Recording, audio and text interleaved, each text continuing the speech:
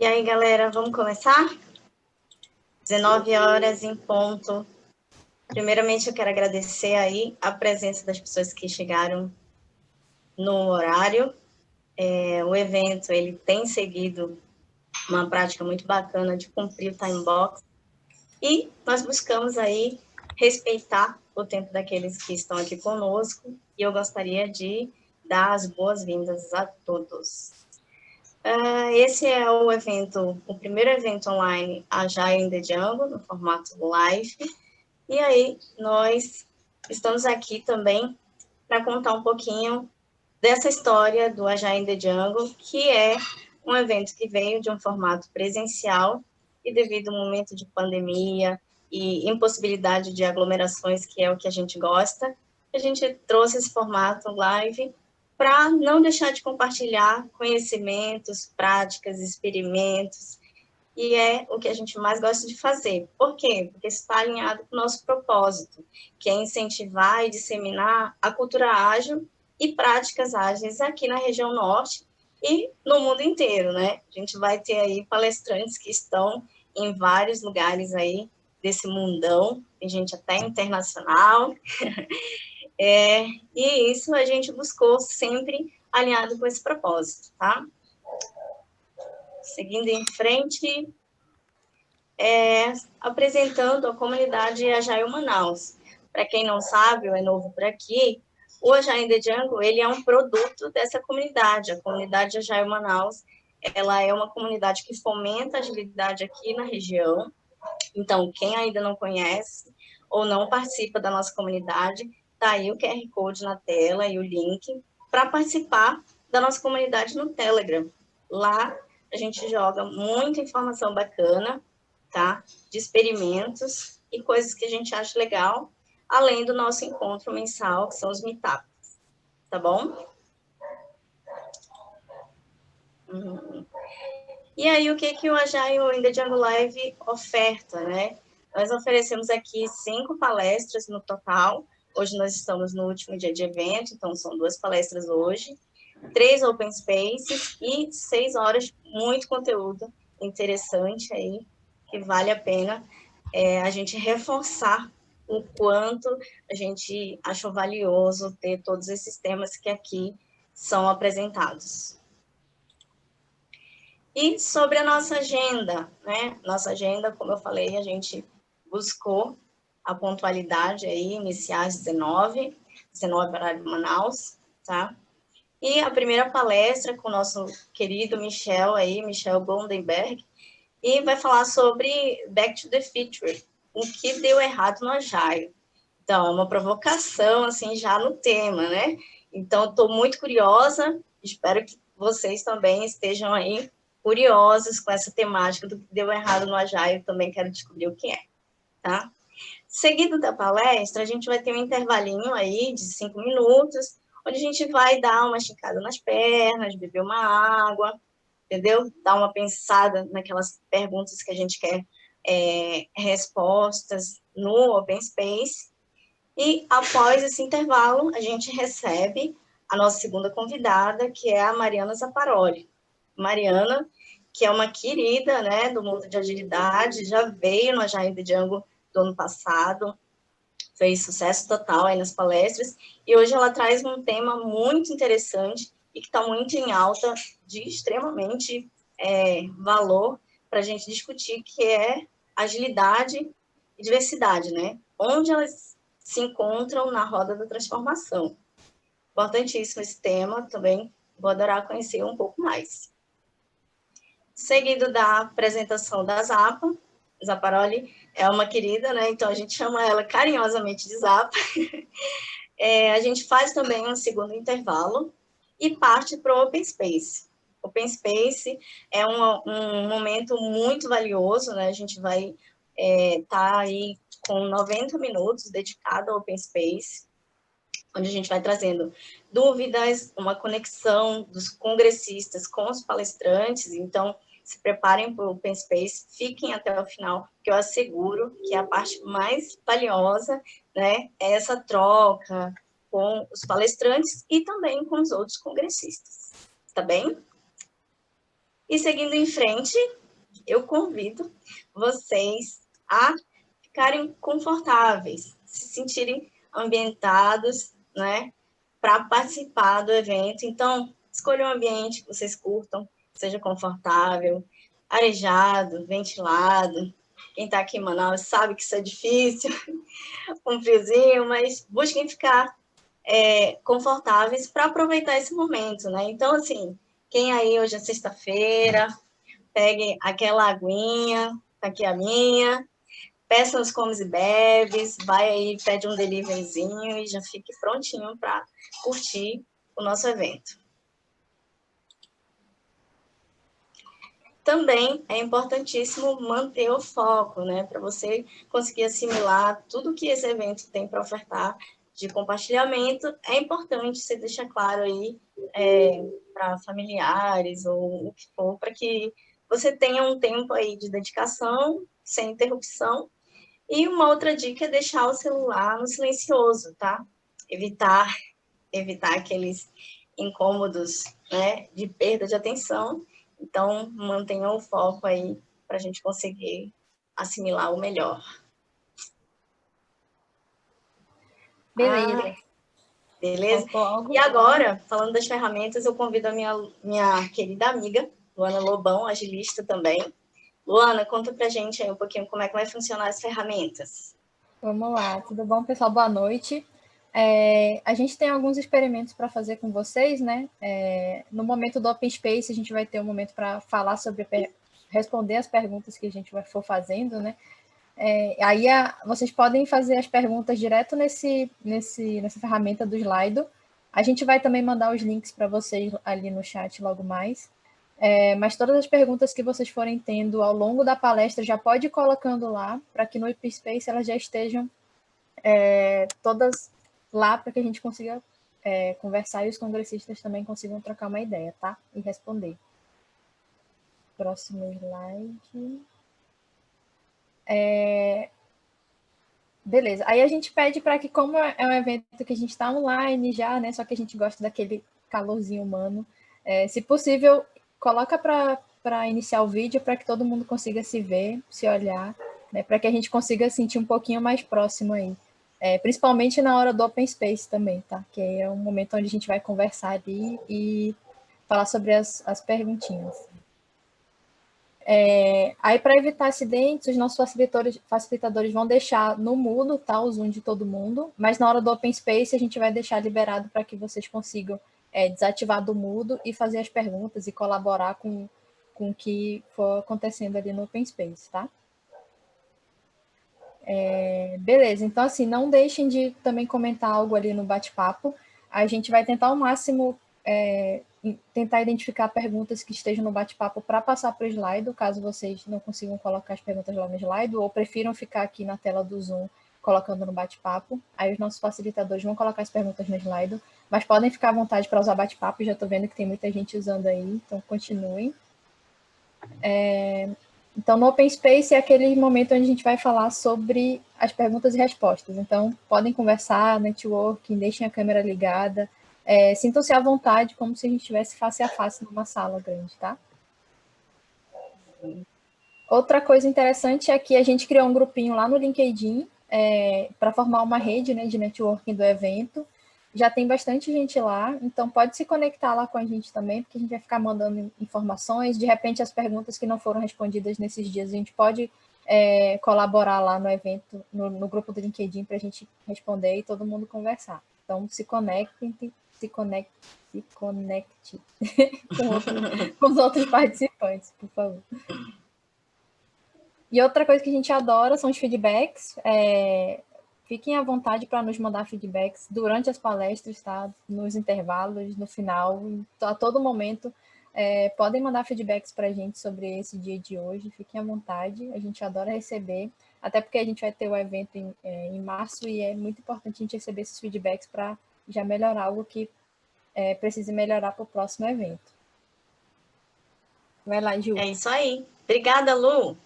E aí também, pessoal, importantíssimo uma dica aqui do nosso código de conduta. Você pode acessar o código de conduta na íntegra pelo link, mas é importantíssimo vocês conhecerem o que são contra os nossos valores, né?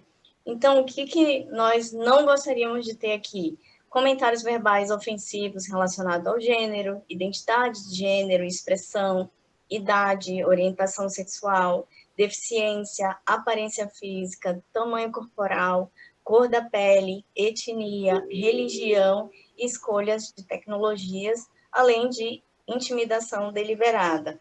Nós temos facilitadores e caso a gente identifique alguma forma de quebra desse nosso código de conduta, a pessoa vai ser convidada a se retirar, mas a gente sabe que isso não vai acontecer aqui. Vem para o próximo. E, importantíssimo vocês saberem que as nossas hashtags vão gerar um sorteio, então a gente tem adorado compartilhar as postagens de vocês, então utilizem as nossas hashtags e ao final do evento, hoje, dia 30, nós vamos fazer um sorteio de um ingresso do nosso evento Agile in the Jungle presencial, tá?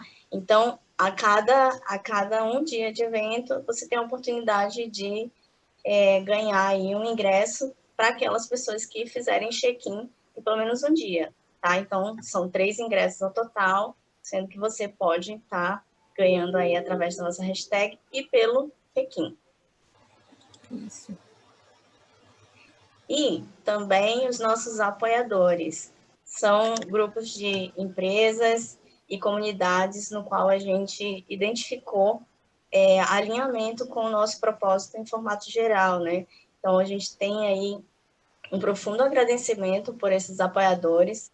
Os mesmos, eles toparam em fazer parte conosco do Agile in the Jungle Live e fica aqui o nosso agradecimento a esses apoiadores. Então, vamos lá, pessoal. Aqui, nós temos o nosso Scrum Gathering. O Gathering, vale lembrar que é hoje vinculado ao Agile in the Jungle, que é através da Scrum Alliance, que hoje é a maior, né, referência quando a gente fala em agilidade. E o Agile in the Jungle do próximo ano, 2021, ele vai ser realizado com muito propósito a ser compartilhado com vocês, na verdade, muitas experiências, muitas práticas em um grupo de palestrantes muito interessantes, tá?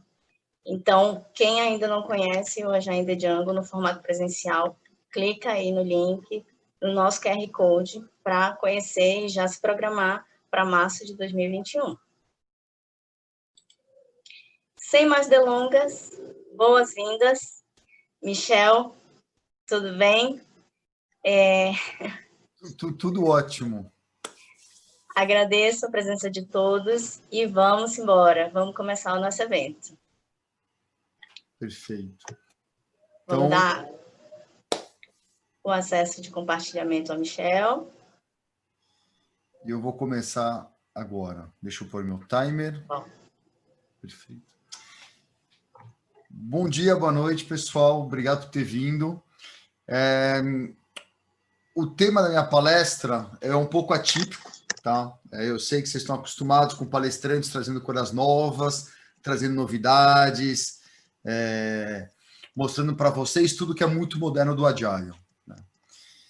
Vocês podem ver pelos brancos que eu tenho aqui, né? Eu não sou tão novo que nem a maioria de vocês, né? E eu tenho uma vivência que talvez vocês não tenham. E eu sou CST, Certified Scrum Trainer, um dos mais antigos, e eu dou muitas aulas e às vezes eu recebo umas perguntas de alunos que eu falo, mas por que tanta ansiedade? Por que eles querem aprender isso agora se o básico ainda não foi feito? Né? Então eu tenho a impressão que essa geração nova de agilista quer aprender a voar antes de mesmo conseguir andar.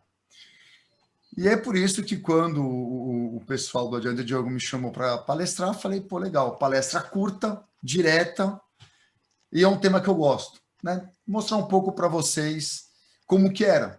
Porque se a gente sabe como que era, é muito mais fácil a gente entender as coisas de como vai ser. Então, vamos lá. Eu vou quebrar todos os códigos de ética e...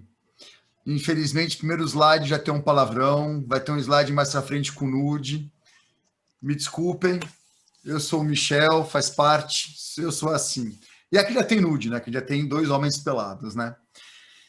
Na evolução, a gente sabe que a gente faz muita piada na evolução do homem, né? Então, o homem, ele usava da natureza o que precisava, ele era um animal que tinha uma certa harmonia com tudo que estava em volta, e foi evoluindo, evoluindo, e foi destruindo, destruindo, destruindo.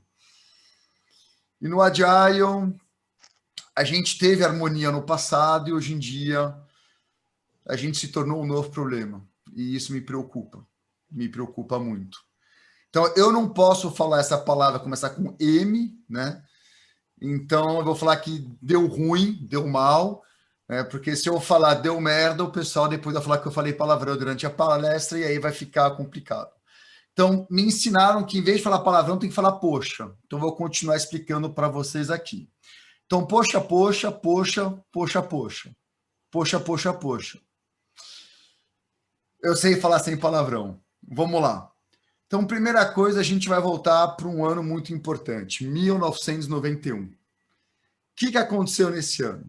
Muitas coisas importantes. Algumas coisas que muitos de vocês não sabem. Primeira coisa, melhor disco de rock que já saiu. Você pode ser metaleiro, pode gostar de rock bubblegum, você pode gostar de pop. Você não gosta desse disco, você não entende nada de rock, né? E eu lembro que Manaus, quando eu ia para Manaus com o pessoal da NDT, eles me levavam para o porão. Eu sabia como que eu chegava, não sabia como que eu voltava, né? Então eu conheço bem como funciona por aí. E eu sei que o pessoal aí de Manaus geralmente gosta de música. Segunda coisa, para os nerds que nem eu, Game Gear, 1991. Uma coisa também bastante interessante, o começo da queda da União Soviética, o fim da Guerra Fria. Então, para muitos de vocês, vocês não sabem o que era o mundo antes da queda do muro, né? Para os mais novos, né? Outra coisa, academia. Segunda academia, isso aqui, quem não viu jogar não sabe o que é futebol. O Adriano do Django usa a camiseta verde porque eles sabem o que é futebol. Popularização do personal computer. Acho que para alguns de vocês não sabem o que é isso. Eu. Bonito, né? Muito bonito. Quando eu vejo essa foto, eu lembro que eu achava que eu era bonito. E o pior é que eu tinha namorada, tá, pessoal? Isso que é o pior. Então vamos lá. Agora a parte séria. Vocês olham para isso e aí se perguntar o que é isso? O que é isso? Essa daqui é a segunda tentativa de uma revolução. A revolução foi tentada em 1970 pelo Royce, quando ele descreveu o modelo Waterfall e explicou por que para ele aquilo não funciona. Mas o mercado não entendeu. E o mercado continua usando o Waterfall. Em 1991, o Rapid Application Development foi publicado. E é isso. E surgiu um termo no mercado de informática, de gestão de projeto, muito interessante. O pessoal do RAD, do Rapid Application Development, diz que antes de 1991 tinha 2 formas de se gerenciar projeto de informática. Tinha a forma monumental, estão fazendo referência ao Waterfall e todas as técnicas tradicionais, e tinha a forma acidental, quer dizer que você não gerencia nada, joga para o ar e seja o que Deus quiser. Na verdade, tinha um palavrão muito pesado, mas eu mudei por essa expressão, tá? Mas as pessoas que me conhecem sabem o que eu teria falado nesse momento, né? E o que é interessante é que entre 1991 e 2001, a gente nunca falou a palavra Agile. Nunca usamos esse termo horrível. Pode me olhar feio. Eu não tenho medo. Eu estou longe pra caramba de vocês. Então, tenho medo não. Vamos lá. Já viram a inversão dos triângulos? né? Poucos de vocês sabem de onde que vem isso. Vem de DSDM, método RAD. Eu li esse livro em 1998. Tá? Para quem não sabe, quem revolucionou a gestão de projeto, quem permitiu a gestão de projeto Agile foi uma mulher. Depois, para quem é curioso, no Q&A eu posso mostrar o livro e posso passar o nome. Pouco sabe, só vemos homens, né? Manifesta Agile só tem homem, né? Quando é Agile só tem homem. Tudo começou com sexo feminino. Eu sei que eu não posso fazer comparação, mas me desculpem, as mulheres são mais inteligentes que os homens. Acho que isso é aceitável, né? Eu tive um jóia, então tá ótimo. 2 jóias, então tá ótimo. Segundo, já viram esse ciclo? Interessante, né? Espiral, iterativa, incremental, learning, né? Aprende com os erros, né? Adaptive Software Development, antigo também, começou em 1974. Em 1994 foi documentado a versão considerada estável dessas ideias. RAD também. Simples, bonito, elegante. Eu não vou ensinar isso para vocês, pessoal. Só quero que vocês saibam da onde vem. Só isso. Estou criando awareness, né? Isso daqui já é um pouquinho mais complexo, né? Eu vejo o pessoal hoje em dia falando de modelo Spotify e nunca viram isso. Spotify é baseado nisso. Isso é Feature Driven Development. A Spotify inteira se organizou com DSDM e FDD para criar o que vocês chamam de modelo Spotify. A quantidade de pessoas que eu vejo tentando implementar o modelo Spotify e falhando a implementação porque não conhece as bases é enorme. Simples, elegante. Esse daqui já é mais famoso, né? Fiquei sabendo que ontem alguém falou disso, né? Extreme Programming. Então, uma noção mais de delivery, né? De engenharia, de software, per programming, integração contínua, inserindo práticas de qualidade mais a fundo, indo bem para a parte roots, né? Do desenvolvimento, né? E o nome provocativo, né? Isso o Ken Beck sempre soube fazer perfeitamente, né? Extreme Programming. Ele queria afastar quem quando ele escolheu esse nome? Gerente. Quem nunca bateu o código não vai ler um livro que se chama Extreme Programming. Mas eu sempre falo para meus alunos, cuidado, não é que você bate código que você vai conseguir fazer. Extreme também foi escolhido de forma inteligente. Quando você assiste a televisão e você vê lá um esporte extremo, pessoal fazendo skate no half, tem alertas constantes, são profissionais, são treinados, eles têm prática, eles sabem o que eles fazem. Não tentem fazer sem praticar antes. Né? Mas é lindo, maravilhoso. E esse aqui acho que vocês conhecem um pouco mais, né? Então, isso aqui eu tirei de um paper dos anos 90. Imagem feia, né? Mas tudo bem. E eu falo uma coisa. Enquanto a gente falava de RAD, tudo era bonito. Só que deu merda. Eu vou falar da primeira delas. E essa me deixa triste. Muito triste. Porque é isso aqui. Falaram que não pode falar palavrão. Na palestra principal eu só tinha isso, nada mais. Então agora é o momento que eu me solto, o momento que eu mostro a minha tristeza. Muitos de vocês sabem que o Manifesto Agile é composto por 4 valores e 12 princípios, né? E aos poucos vídeos compartilhados, eu vejo algumas cabeças mexendo timidamente, porque quem me conhece sabe que responder sim para minhas perguntas é um risco. O Manifesto Agile, né, ele fez emergir 4 valores e 12 princípios. O que é o Manifesto Agile? É simplesmente a parte de cima que está aqui. Traduzir para vocês. Eu sei que tem o Manifesto Agile traduzido na internet, podia ter aberto, está traduzido em português do Brasil e português de Portugal. E eu vou falar para vocês, eu prefiro traduzir quando eu leio, porque daí eu ponho a minha emoção nas palavras que eu quero no momento que eu estou traduzindo. E toda vez que eu leio, tá?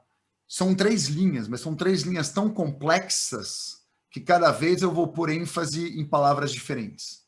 Porque essas 3 linhas são muito fortes, muito complexas. Essas 3 linhas trazem uma mensagem muito importante.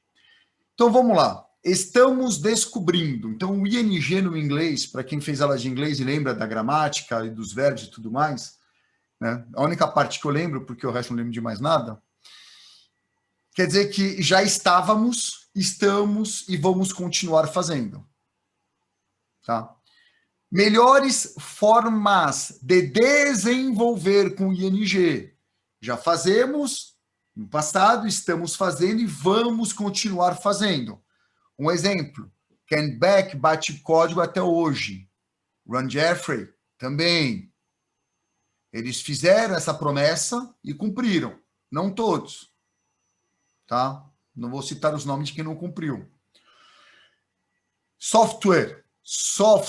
Então, quando eu vejo que está falando de business agility, eu tenho um arrepio que sai do núcleo do meu osso e vai até o meu pelo mais comprido. Tá? Eu não posso falar palavrão, então tive que usar essa metáfora. Ok? Software. Eles estão descobrindo melhores formas de fazer software. Como? Fazendo isso. Fazendo software. Batendo código. E ajudando. Pessoal, comunidade no Agile é o coração do Agile. Eu odeio palestrar. Porque eu odeio estar em cima de um palanque falando como se fosse melhor que os outros. Odeio isso. Só que quando me chamam, eu não consigo recusar, porque faz parte da agilidade. Tá? E ajudando outros a fazer. Fazer o quê? Agile. Que é essa busca constante de uma melhor forma de fazer o que fazemos. Neste caso específico, software. Então, Manifesto Agile de Desenvolvimento de Software. Ok? Neste trabalho, então, fazendo isto, passamos a valorizar. Os valores são temporários, são voláteis, não são permanentes.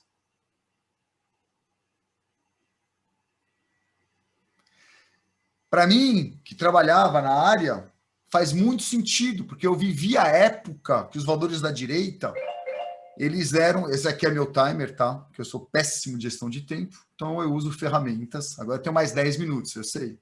Né? E a gente tinha N problemas. A comunidade RAD conseguiu inverter esse valor, conseguiu voltar ao foco do que era importante. O que o pessoal do RAD tinha em mente? Uma coisa muito importante. Se você lê essas 3 primeiras linhas, que eles estão dizendo o quê? Nós fazemos, então nós somos responsáveis em fazer, nós somos responsáveis em descobrir como fazer. É um awareness, é um acordar para a vida, é se tornar responsável. Quando você vai ver um médico, porque você precisa fazer uma cirurgia, é o médico que te fala como vai ser feito, e não você. Porque ele é o expert. Ele estudou para isso. Pessoal de informática não tem a postura certa. E é esse o Manifesto Agile. É um tapa na cara que a gente levou.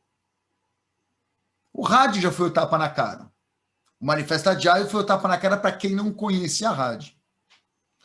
E aqui eu estou dando tapinha na cara para o pessoal mais novo. Desculpa. Então, quando eu vejo o resto, né, e divido as interações over, lá embaixo eles falam que o valor da direita tem o seu valor, mas temos que focar mais no da esquerda.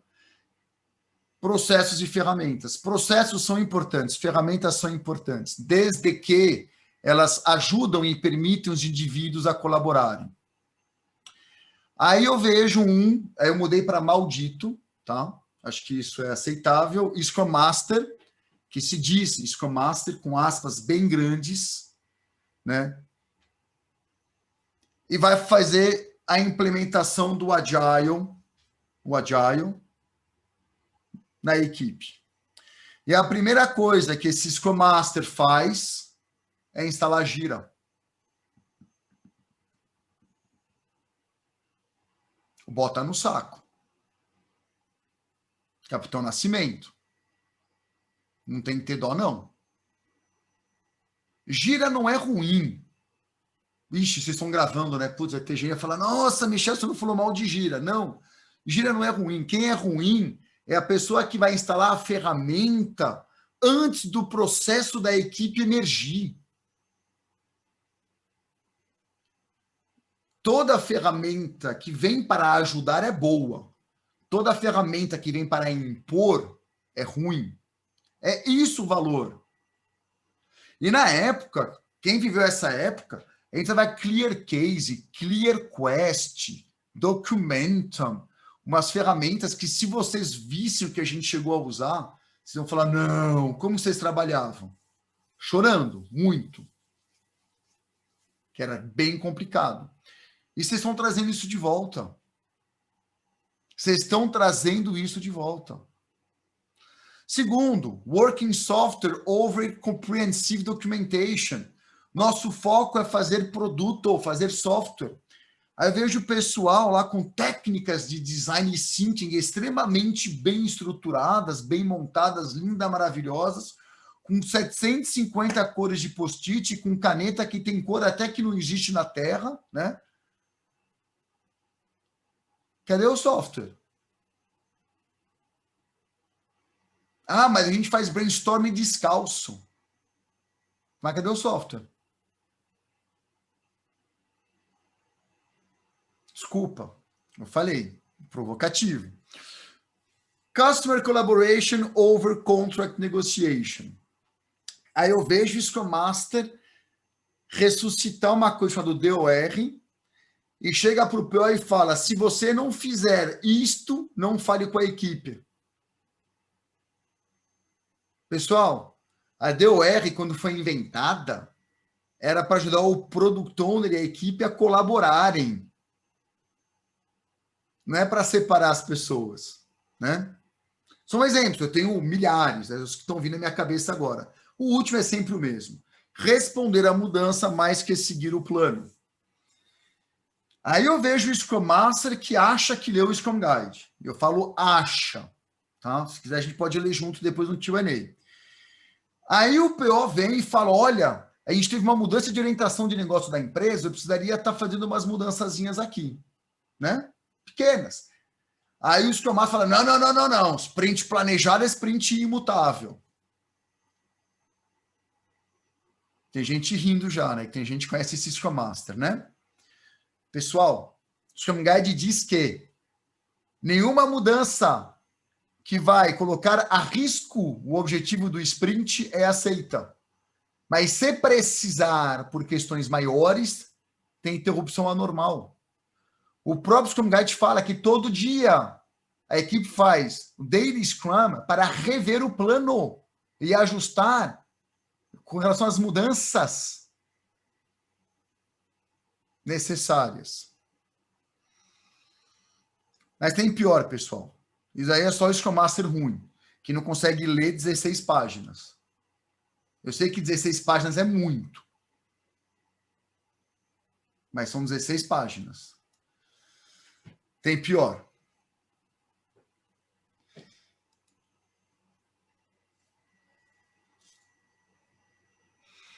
É do menos ruim para o pior de todos. Tá? Less. Pelo menos tem Agile dentro. Então já tem umas coisas boas.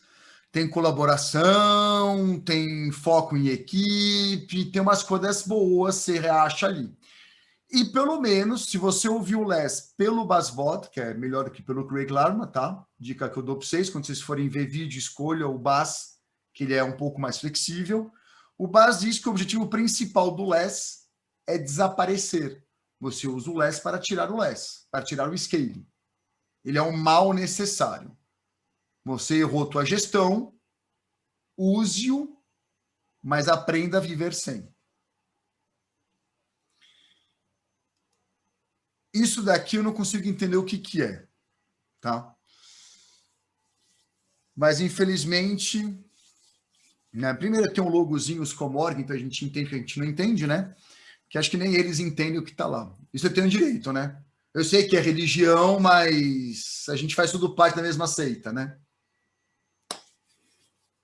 Pessoal, pegar ali o Scrum of Scrum, que existe desde sempre, e só colocar 3 corzinhas de bonequinho em cima dentro de um redondinho, e ninguém sabe explicar isso. Eu tenho vários amigos da Scrum, eu falo, me explique Nexus, ninguém consegue me explicar. Então, eles não entendem e também não entendo, né?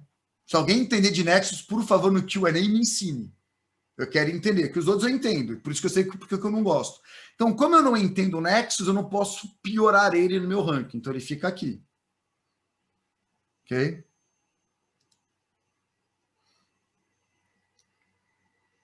Esse dói. Safe. O que eu acho lindo, maravilhoso, é que toda empresa que eu conheci que colocou Safe me pagou uma fortuna para ajudar a tirar Safe. E eu cobro caro para tirar Safe. Então, eu peço para todos, tentem fazer Safe, por favor.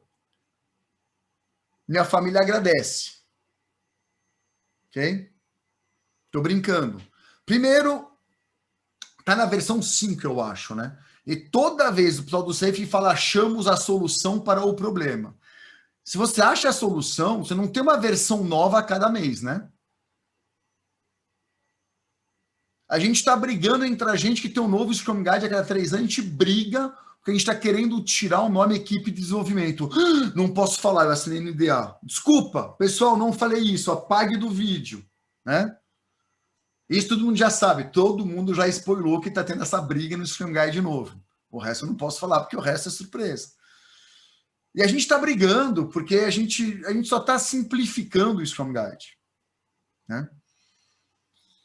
E o pior de todos, e esse me decepciona tanto, porque teoricamente é um dos criadores do Scrum que desenhou isso. Pessoal, eu não entendo nada.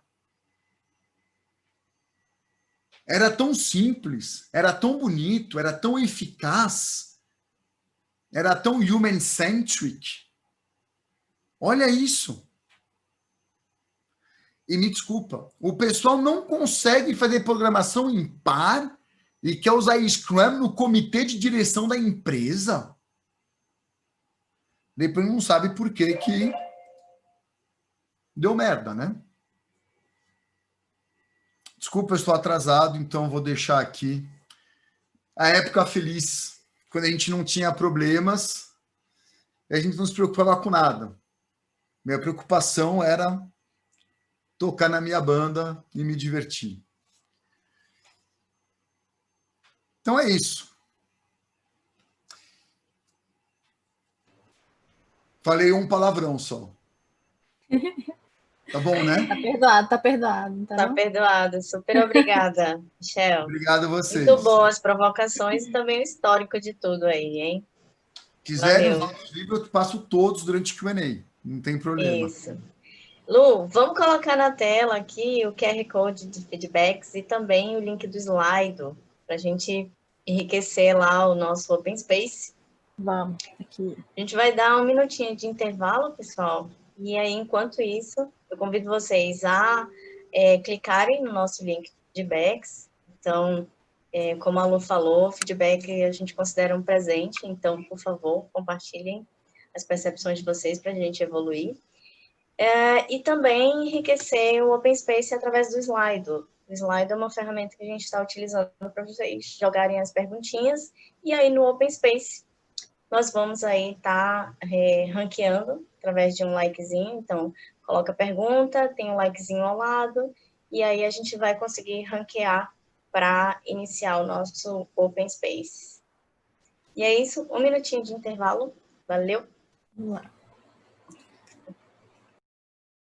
E, Jana, não conta do porão não, tá? Que você viu um dos piores dias da minha vida. Que eu perdi o voo dia seguinte, tá? Mas fica entre a gente.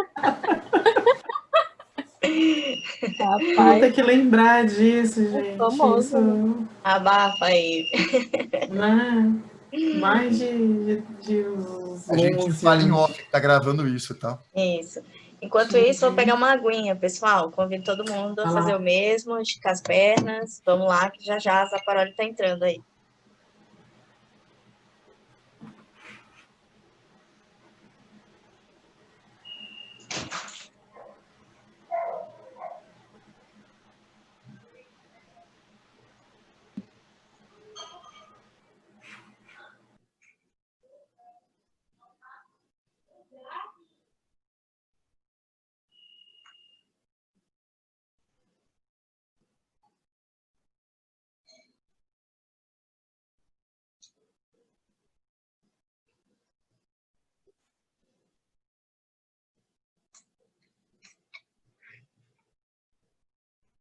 Boa noite. Boa noite. Ah, que Boa coisa noite, mais Zapa. linda. É uma sensação diferente, é uma sensação misturada, né? De alegria de ver vocês e estar no evento mais uma vez, e uma angústia de não estarmos em Manaus naquela alegria que foi o evento do ano passado. Exatamente. E mais feliz que também o lado bom do evento online é que a gente acaba dando mais oportunidades para mais gente. Estou vendo aqui Leide e outras pessoas conhecidas, Sim. queridas. E é bom que a gente acaba abrindo possibilidades, né? Mas é um prazer imenso estar aqui. Obrigada pelo convite mais uma vez. Nós que agradecemos aí, viu? Bem-vinda. E esse tema super em alta. Certamente vai compartilhar muita coisa boa. Então, hoje, a Jana, Diogo, cara, essa galera é demais, né? Amorim, Medeiros, não vou nem ficar olhando para vocês, senão vou me desconcentrar, tá? Vou olhar para a apresentação. Julinha, não tem jeito. Então, hoje aqui nós vamos falar de agilidade e diversidade, tá? Onde é que esses assuntos se encontram aí na rota, né, das mudanças. Bom, só para quem não me conhece, eu sou Mariana Zaparoli, chamada de Mari, de Zapa, Zaparoli, qualquer um desses apelidos está valendo. Trabalho, me tornei agilista em 2013, né, numa rota de atuação com tecnologia. Então, minha formação é em tecnologia, fui desenvolvedora há bastante tempo e fiz boa parte da minha carreira em banco, né, no Itaú e no Unibanco, e foi no sofrimento que eu fui procurar alguma alternativa, luz no fim do túnel. Tive a sorte de conhecer o Sandro Manteiga, que foi a pessoa que me disse, olha, tem outro jeito de fazer as coisas. E a partir de então eu venho me dedicando a isso, né? Ainda no banco, nos times de tecnologia, depois já no PagSeguro, onde eu passei 4 anos, foi mais à frente de agilidade organizacional, né? E trabalhando com todas as equipes e pessoas, também na construção da consolidação de uma cultura de agilidade que já existia ali, e também à frente da área de portfólio, de governança de portfólio, né? Então, ali foi um bom caldeirão de experimentos. Jana está aqui, não me deixa mentir, né? Diogo também, etc. E faz 1 ano que eu estou na BEM, trabalhando como especialista de agilidade e tendo oportunidade de ver outros contextos, outras indústrias, né? Outros problemas, o que tem me ajudado bastante a aprender mais sobre o que a agilidade traz de bom em outros mundos, né? Então, só relembrando um conceito básico da agilidade, algumas pessoas já devem ter visto esse slide umas 40 vezes, mas só para a gente ficar na mesma página do conceito de agilidade, agilidade é a capacidade de se adaptar às mudanças, né? Então, estamos falando aqui de adaptabilidade, de mobilidade, mais do que velocidade, E para isso, a primeira coisa que a gente precisa se preocupar é em ter pessoas motivadas e capacitadas, né? Pessoas que de fato entendam o que estão fazendo naquele ambiente, né? E consigam se envolver. E isso não é milagre, né? Isso vem de uma discussão sobre autonomia, de uma discussão sobre clareza de estratégia, de missão, para que de fato as pessoas se sintam inseridas num contexto, e de liberdade para que elas possam propor soluções, né? Porque não dá para você se apropriar de uma solução, se sentir responsável de uma coisa que você não apitou em nada, nem que problema você está resolvendo, nem como você tentou resolver, né? E para isso, então, é necessário, importante alavancar dois aspectos na cultura da organização, duas competências, né? Portanto, nas pessoas e nos relacionamentos que elas têm, que é o entendimento de valor, né? O que é que resolve o problema de alguém naquele contexto, conseguir fazer entregas incrementais que se complementam de valor em ciclos cada vez mais curtos, então aí a velocidade aparece. Eu quero entregar valor de uma maneira cada vez mais rápida, porque eu quero feedbacks mais rápidos para saber se eu estou resolvendo o problema de alguém, né? E a pulguinha atrás da orelha da tal da melhoria contínua. É sempre ter a preocupação ativa de eu estou trabalhando da melhor maneira possível e eu estou resolvendo o problema mais importante que eu tenho para resolver, né? Então, é sobre isso, certo? Lembrando que preço é aquilo que você paga, mas quando a gente fala de valor, é o que você leva. É aquilo que você recebe quando você se propõe a usar alguma coisa que, teoricamente, é uma solução de um problema que você reconhece, né? E a gente fala muito que na agilidade, né, tem que ter muito o senso de empreendedorismo, né? Porque isso está conectado à resolução de problemas. Então, quando a gente vai olhar lá nas práticas, né? Até hoje eu fiz um slide meio brincadeira, mas porque eu vou tentar fazer uma coisa mais lúdica no cliente, fiz o bingo da agilidade. E uma das coisas que está lá é o backlog, né? Fui colocando umas palavrinhas que a gente está acostumado a falar, em que pessoas que não têm muita aproximação com o tema não entendem, né? É quase um linguajar à parte, né? E aí, toda vez que eu fico ou fazendo apresentações ou discutindo com o PO sobre backlog, eu vejo o descolamento da palavra necessidade, né? O backlog acaba virando sempre aquele negócio das coisas que eu tenho que fazer para resolver, mas pouco às vezes a gente fala do resolver o quê, né? Já vamos falar mais sobre isso. Então, só para fechar aqui a introdução do conceito de agilidade, para a gente não se perder nos caminhos, né? É bom entender o Scrum, é bom entender o Kanban, é bom entender os frames que o Michel acabou de falar de escala. Ferramentas são excelentes para ajudar a gente a encaminhar as coisas, mas a essência da agilidade é como a gente se relaciona, né? Como a gente se comunica, qual é o nível de confiança que a gente tem, qual é o nível de transparência que tem no ambiente, é sobre isso. E se isso começa a ser estabelecido, e a gente tem boas práticas e boas ferramentas, e é claro que as práticas podem ajudar a desenvolver a cultura também, né? Que você tem meio ovo e a galinha, né? Então começa fazendo as práticas direitinho, que elas vão te ajudar também a impulsionar os comportamentos. Os resultados, eles vêm como consequência, tá? Lembrando, como disse o Deming, que um sistema ruim elimina, né, abate qualquer boa pessoa a qualquer tempo, né? Então, não dá para querer falar de agilidade, conceber timizagem, se o ambiente tem estímulos, tem regras do jogo que não favorecem aquilo que a gente está pregando, né? Porque a gente vai atrás da regra do jogo. Eu vou atrás para entender como eu sou promovida. Eu vou atrás para entender o cálculo do meu bônus. Eu quero entender quem que é reconhecido aqui por quê. Então, tem que olhar o ambiente, tá? O mercado foi atrás de agilidade muito lá atrás por cenários distintos, mas acho que agora está muito claro pelos resultados das empresas conhecidamente ágeis de que não tem mais questionamento sobre agilidade agrega valor a uma organização ou não. Eu tenho falado de agilidade em indústrias de metal, umas coisas assim que até eu tenho que fazer um trabalho prévio de falar, vamos entender onde a gente vai conseguir encaixar bem a agregação de valor desse tema nesse contexto, né? E aí a gente olha as pesquisas, como é o State of Agile Report, esses são dados desse ano, né? Em formatos comparativos de... Claro que aqui você tem algum critério para chamar uma empresa de ágil, né? Isso é mais do que um degradê que a gente tem de possibilidades. Mas dentro dos critérios da pesquisa se percebe uma capacidade de gerenciar mudanças das empresas ditas mais ágeis 70% superior do que as tradicionais, o que também é o esperado, né? Se uma empresa ágil não conseguir lidar com a mudança, uma coisa não tá funcionando aí, né? Então, é para conseguir lidar mais com as mudanças. Aumento de visibilidade, transparência, alinhamento de 65%, reação a time to market, porque é sobre entender necessidades novas e ser capaz de prover soluções para essas necessidades, 60%, e satisfação das equipes internas, de 59% quando comparados. Esse relatório é público, tá? É livre, vocês podem achar aí na internet. Muito bem, então vamos voltar para falar do valor, né? No meio da confusão do mundo dos requisitos, né, aí convido aos mais novos conhecer o Chaos Report, que é um relatório antigo, que mostra lá que desde 1900 e bolinha as coisas não funcionam, e quando a gente vai entender por que está lá a apontação de dedo para os requisitos, o cliente não sabe o que é, etc.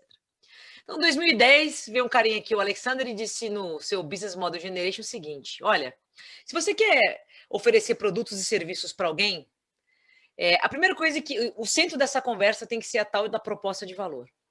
Aí ele faz uma analogia com teatro e tal, né? O que está na frente é quem você vai servir, o que está atrás é o que você precisa viabilizar, né? Mas a discussão de proposta de valor, ela não é alguma coisa que você, empresa, decide fazer para o seu cliente. Valor é aquilo que é um encaixe, que você, como empresa, organização ou pessoa, quer agregar, você acha que resolve o problema da pessoa, você quer agregar valor, e a pessoa reconhece que aquilo resolve um problema dela. É esse encaixe que, de fato, gera valor. O Caroli conta uma historinha lá do cortador de grama, alguma coisa do tipo, um maravilhoso cortador de grama, rápido, leve, barato e tal, que, ao se coletar feedback, as pessoas reconhecem que o produto é maravilhoso. Mas na hora de entender quem vai comprar, a proporção não é a mesma, e ele vai entender por quê, né? O pesquisador, não lembro direito a história, mas é por aí. E aí percebe que as pessoas não vão comprar o maravilhoso cortador de grama porque elas moram em apartamento, elas não têm grama em casa. Então não tem por que você comprar um cortador de grama. E é bem isso. Né? Não é porque uma coisa parece super legal, interessante, que eu vou consumir, porque aquilo não me resolve nada, nenhum problema que eu reconheço que eu tenha. Né? E serve se depara para as mudanças organizacionais que a gente faz também, né? Quando a gente quer impulsionar alguma mudança, geralmente a primeira etapa do processo é tentar convergir um pouco das visões, né? Fazer as pessoas perceberem os problemas que tem nesse ambiente, que teoricamente a gente está percebendo, para encaixar uma proposta de solução. Que se você empurra alguma coisa que as pessoas não entendem, tá, mas o que aquilo agrega na minha vida? Na melhor das hipóteses, elas fazem empurradas, né? Mas elas demoram para ver valor naquilo que está sendo proposto. Então, quando a gente fala de encaixe, a pergunta é, beleza, mas quem são os clientes, né? Quem são os clientes que a gente quer oferecer o produto ou serviço? Ou quem somos, né? Porque, do outro lado, a gente também consome produtos e serviços. Ao mesmo tempo que a gente tenta prover soluções, a gente também consome soluções, né? E nessa hora, o velho achismo organizacional, de alta liderança, da diretoria que sabe tudo, não rola. Não é isso que ganha o jogo. Né, já está claro que achismo não vai levar às melhores soluções. Não estou desprezando experiência, que a experiência minimiza muito, né, os grandes erros de decisão. Mas a gente já entendeu que a experiência não salva a vida, né? Que a gente precisa fazer exercícios de empatia para tentar compreender as necessidades dos outros. Então, a gente olha todas as técnicas aí de design thinking e construção de personas e jornadas e design system e tarará, nada mais são formas que, de algum momento, tentam se aproximar de uma visão, né? E tentar entender o que é que aquela pessoa passa e o que é que ela precisa para aquilo que eu estou propondo como solução, né? E, para isso, tem que ter pensamento diverso. Porque quanto mais diverso for o pensamento do grupo que está tentando proporcionar uma solução, maiores são as possibilidades de achar esse caminho, né? Senão, acontece o que a gente conhece, que são soluções altamente enviesadas, porque são construídas com pessoas que têm pontos de vista muito semelhantes. Cito até a frase, eu postei no LinkedIn, da Luísa Trajano, no Roda Viva, ao longo da entrevista ela falou de diversidade, né? Ela falou... Tem a frase né, milimétrica dela, mas basicamente ela falou, não tem como não ter times diversos se nós queremos servir clientes diversos que somos. Os brasileiros, a gente tem uma diversidade imensa de cultura, de formações aqui, consequentemente de pontos de vista. Então, você vê uma grande líder de uma organização falando de jeito assim, cara, como alguém quer questionar isso? Não tem como questionar, não tem como você... Ela usa uma expressão que é produto adequado. Não tem como você achar um produto adequado se você não tem visões diversas dentro da tua organização. Então, falando um pouco de diversidade, porque é aqui que eu queria fazer o gancho, tá? Então, falei um pouco sobre agilidade, da agilidade para a construção de um produto ou serviço, porque devia ter falado isso mais fortemente no início, mas agilidade traz o cliente para o centro, né? Então, a gente não quer ser ágil para ser ágil, a gente quer ser ágil para entregar mais valor para alguém que consome aquilo que eu estou fazendo. Senão, eu estou fazendo nada que não serve, uma coisa que não serve para ninguém. Nisso, eu trago o meu cliente para o centro dessa conversa, né? Com todas as técnicas que existem, os papéis, geralmente o PO e barará. Então, eu quero entender necessidades para prover soluções de maneira incremental, iterativa, coletar feedback e saber se funciona. Para que eu possa fazer isso bem, eu preciso. Quanto mais eu tiver visões diversas, maior a minha capacidade de fazer isso bem. Tudo bem até aqui? Então tá bom. Para falar de diversidade, eu vou citar algumas pessoas aqui. O primeiro é o Bulgarelli, que eu tive a honra de conhecer recentemente. Olha como o universo é maravilhoso. Eu fui fazer um treinamento de agilidade para gestores de ONGs, coisas da BEM. A BEM tem vários trabalhos voluntários que a BEM organiza. E no meu caso, eu sou do grupo Big LED, que é de afinidade de LGBTQ. E aí, na frente do Big LED, eles chamaram ONGs que trabalham com o público do Big LED. E aí eu fiz um treinamento de agilidade para eles. E o Bulgarelli estava no treinamento. E eu acabei mostrando o slide dele para ele mesmo, né? Uma coisa bem curiosa. Mas ele, nesse livro, Diversos Somos Todos, ele traz duas frases muito boas aqui, né? A valorização da diversidade é uma oportunidade de ter uma visão mais ampla do que nos cerca. E a segunda é: valorizar significa conduzir a vida considerando as diferenças para que elas adicionem valor, sem transformá-las em problema ou sem desaparecer com elas. Que é o que acontece recorrentemente, né? Ah, eu quero trazer pessoas diversas e depois eu tenho que encaixotar na minha cultura, no meu jeito de trabalhar. Eu quero gente diferente, para quê? Para torná-las iguais, né? E aí, iguais, estou falando isso de uma maneira generalizada, né? Porque essas pessoas já são diferentes, cada um tem uma vivência diferente, nós já não somos iguais, mas nas convergências das visões, né? Então, é muito importante esse considerar as diferenças e não querer eliminá-las, né?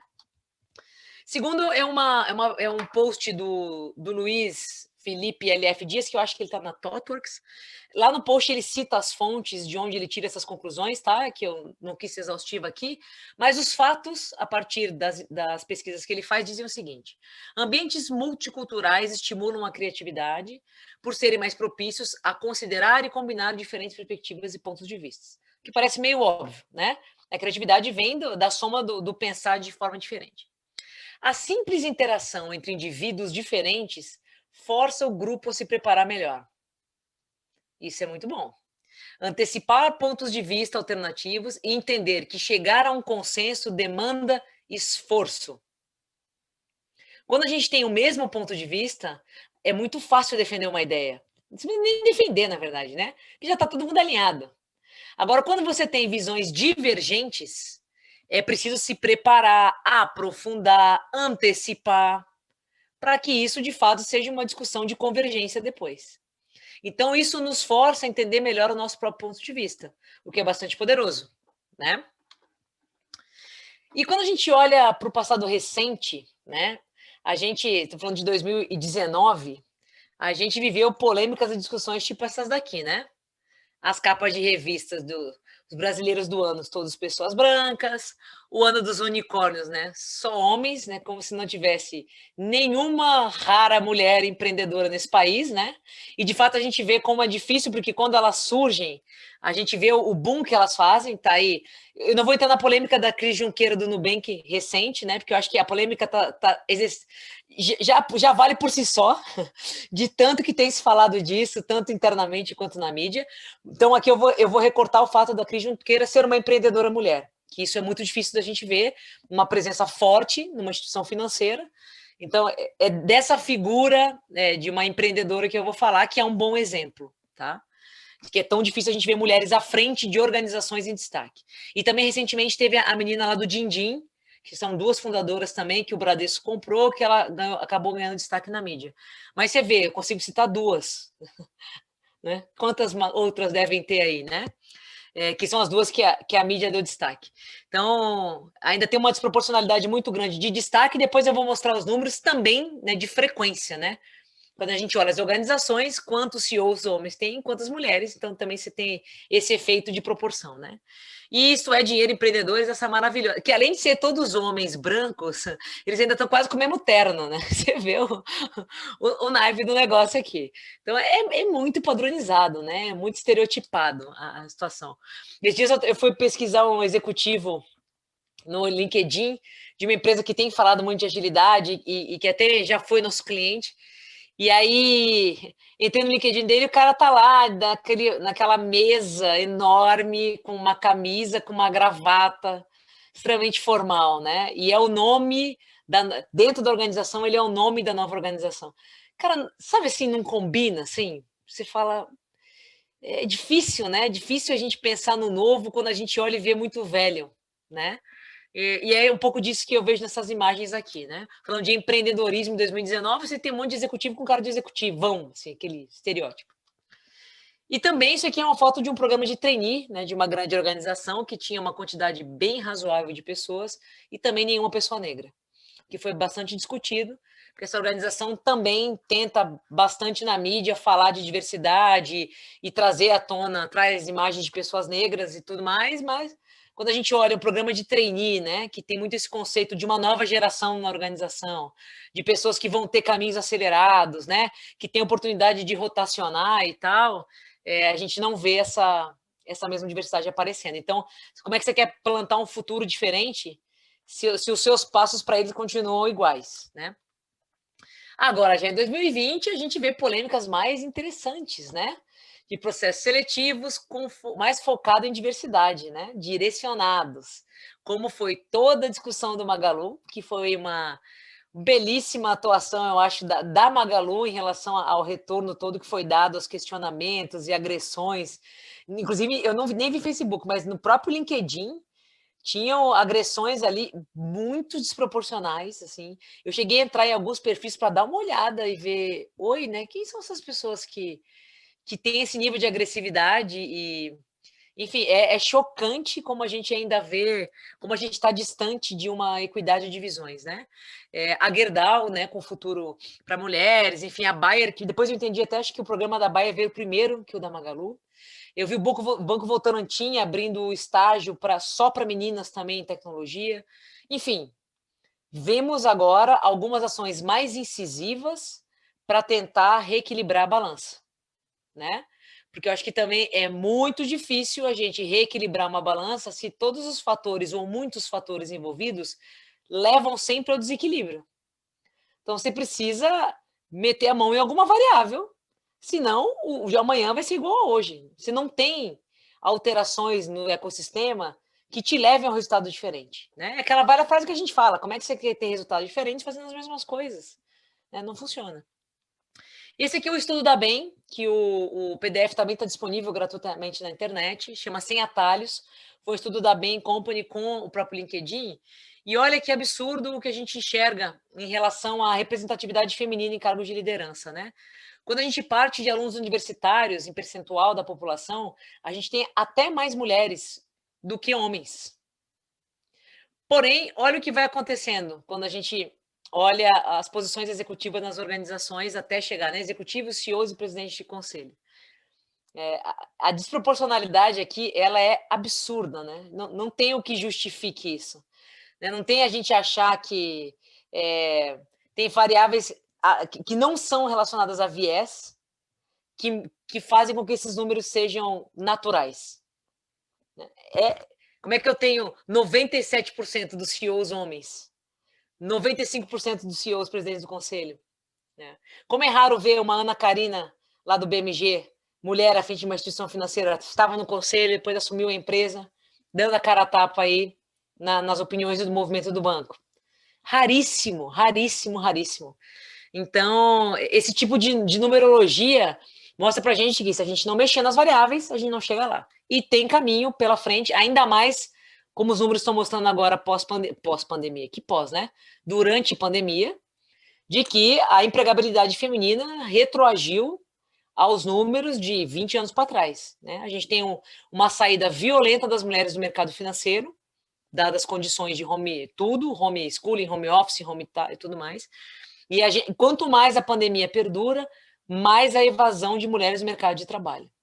Então, ou seja, além de não caminhar, a gente ainda vai ter que dar passos que, teoricamente, a gente já tinha dado anos atrás, né? Esperamos que com outra velocidade. Aqui eu trago a Sheryl também, que é CEO do Facebook, escreveu o livro maravilhoso Faça Acontecer, né? E tem o vídeo aqui, porque temos tão poucas líderes, e vou só destacar 3 trechos dela aqui, né?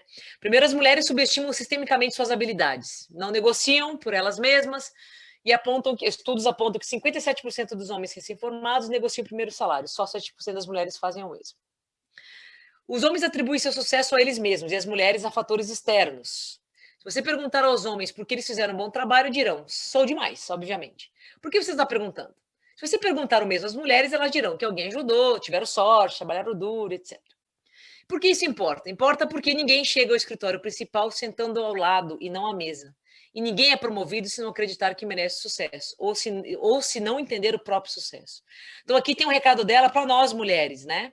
Sobre como a gente também se posiciona, qual é o tamanho da nossa segurança nessa jornada, porque não é uma jornada fácil, né? Deixo 2 vídeos aqui que exemplificam o perigo dessa construção de produtos e serviços enviesados, né? Um é da Gabriela Guerra, que é da ThoughtWorks, falando sobre o futuro que estamos construindo, é um TED Talk de João Pessoa, inclusive, olha que alegria. E o segundo é um vídeo que circulou bastante, que mostra as pessoas usando aqui um dispenser de sabão. Na mão de uma pessoa branca o sabão sai, na mão de uma pessoa negra o sabão não sai. E a pessoa negra põe um papel branco, pega um papel, coloca na mão e o dispenser solta o sabão. Então a provocação aqui é, se a gente não trabalhar a diversidade nas empresas, naqueles núcleos que fazem soluções de produtos e serviços que entregam soluções para o mercado, a gente vai continuar perdurando, inclusive nessas soluções, os vieses e os preconceitos que a gente carrega. A gente vai continuar olhando só sobre os mesmos prismas, pelos nossos próprios olhares, pouco diversos, e a nossa capacidade de resolver os problemas do mundo vai ficar cada vez mais diminuída. Tem muitos outros exemplos que eles trazem. Tem uma menina no TDC, que eu não lembro o nome também, o ano passado fez uma palestra excelente, mostrando a modelagem que os Estados Unidos estão usando para tentar achar índices de reincidência criminal. E o quanto essa modelagem carrega as estatísticas enviesadas, né? O resultado de uma sociedade enviesada nas estatísticas para falar de score de reincidência criminal. Então, as dissonâncias são absurdas sobre o que sai desse modelo em relação à probabilidade dessa pessoa reincidir no crime. Recomendo que procurem, que é assustador e é isso que está acontecendo no mundo, né? É o resultado de uma tecnologia, entendendo tecnologia como a soma das soluções tecnológicas, completamente enviesadas e se perdurando dali para frente. É o que a Gabi traz nesse TED Talk dela aqui, tá? Então, para fechar aqui, deixo 3 recomendações, né? Um é o Lean In, é o Faça Acontecer da Sheryl, que é muito bom para homens e mulheres, traz um ponto de vista de uma mulher, mas é muito bom que os homens também se interessem por essa perspectiva cada vez mais. O próprio estudo da Bem, o Sem Atalhos, em especial a Neivia, porque tem 2 hashtags que ela popularizou no LinkedIn, que são muito interessantes, eu sigo as 2. O hashtag é Onde Estão as Mulheres, toda vez que ela enxerga posts que só tem homens, né? Dentro desse contexto do mercado e tal. E o segundo, o hashtag Aqui Estão as Mulheres, quando ela vê alguma mulher de destaque em alguma notícia que ela quer potencializar, né? Seguir os hashtags, a gente consegue traquear isso bem. Eu morro de vontade de ficar botando esse hashtag Onde Estão as Mulheres, mas como consultora eu tenho juízo, agora eu tenho 3 filhos, tenho conta para pagar, então eu não posso fazer essas coisas ainda. Um dia eu muito quero fazer esse tipo de disseminação de conteúdo, porque é reflexivo e a gente tem que pensar sobre isso, né? E era isso. No meu 1 minuto final, deixo aqui os meus contatos. Estou disponível aqui no LinkedIn, no Instagram, por e-mail e por aí. Não é difícil me achar. E esse é um tema que eu tenho conversado bastante, tanto dentro da BEM. A BEM está fazendo um movimento enorme de D&I, como a gente chama, Diversity, Inclusion e tal, global, com bastante investimento financeiro, com ações internas pesadas. E nesse caso, bem impulsionado pelos Estados Unidos, né, pela questão do Floyd lá, mas se tornou um programa global. E a gente precisa de mais disso, né, que as empresas todas façam as devidas reflexões de como muda a inércia, porque se não quebrar essa inércia, não tem resultado diferente no fim da linha aí. Muito obrigada, Zapa. Nossa, extremamente esclarecedor, vários pontos. E provocativo também. Parabéns aí por sempre estar contribuindo com temas relevantes aqui conosco. E aí agora a gente faz o convite para o nosso Open Space. Lá no slide estava bombando de perguntas. Lu, você consegue colocar aí o slide para a gente ver como é que está o ranking das perguntas? Quem ainda não votou nas perguntinhas, por favor. E aí também, quem quiser ir contribuindo e compartilhando alguma experiência, utilize o recurso de levantar a mãozinha, e aí o pessoal que está aí, os facilitadores, vão nos orientando aqui pelo chat quem é o próximo. Isso, deixa eu explicar aqui, ó. Aí no Zoom, tem aqui o recurso da mãozinha, tá?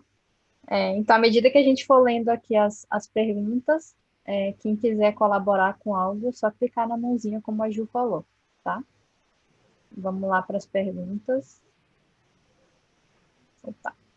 Só adicionar uma coisa, meninas, que a gente vai ter hoje, vai ser um pouquinho diferente, a gente vai ter tempo para responder as perguntas, então nosso time box vai ser de 8 minutos por perguntas.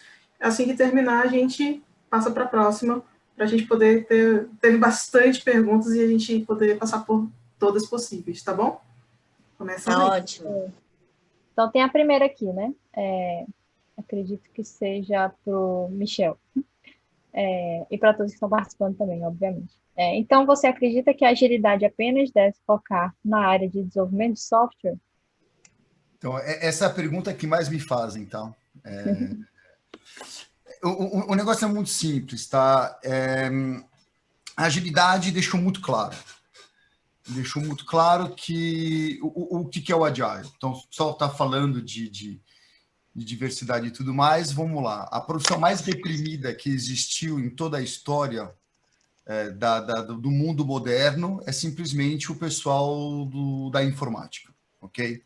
Olha a história da informática por aí, é uma profissão de marginalizados, em toda a história eram pessoas que eram discriminadas, que eram excluídas, que eram ridicularizadas em muitas empresas, e muitas pessoas sempre acharam que a informática era um mal necessário temporário que nunca ia ser o que se tornou hoje.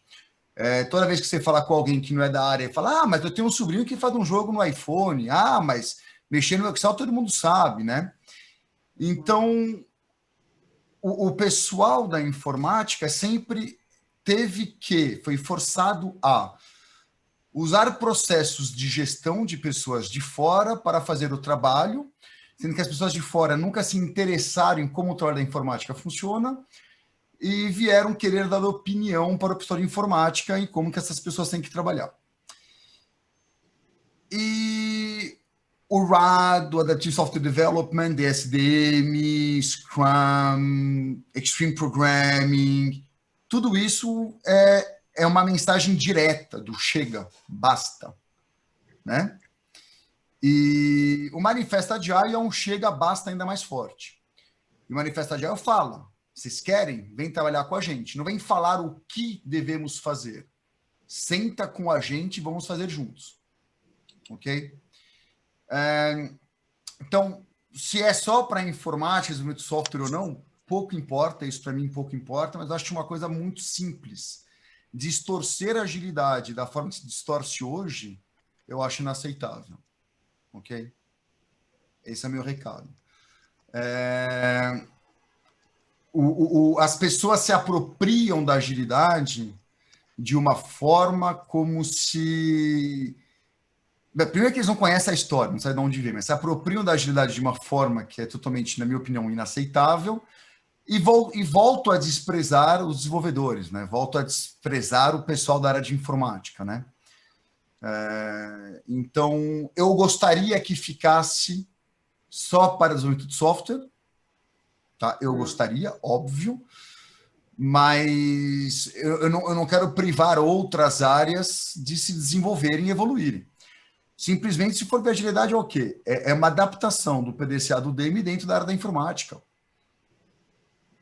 Vocês querem melhorar com melhoria contínua? Volte para 1920.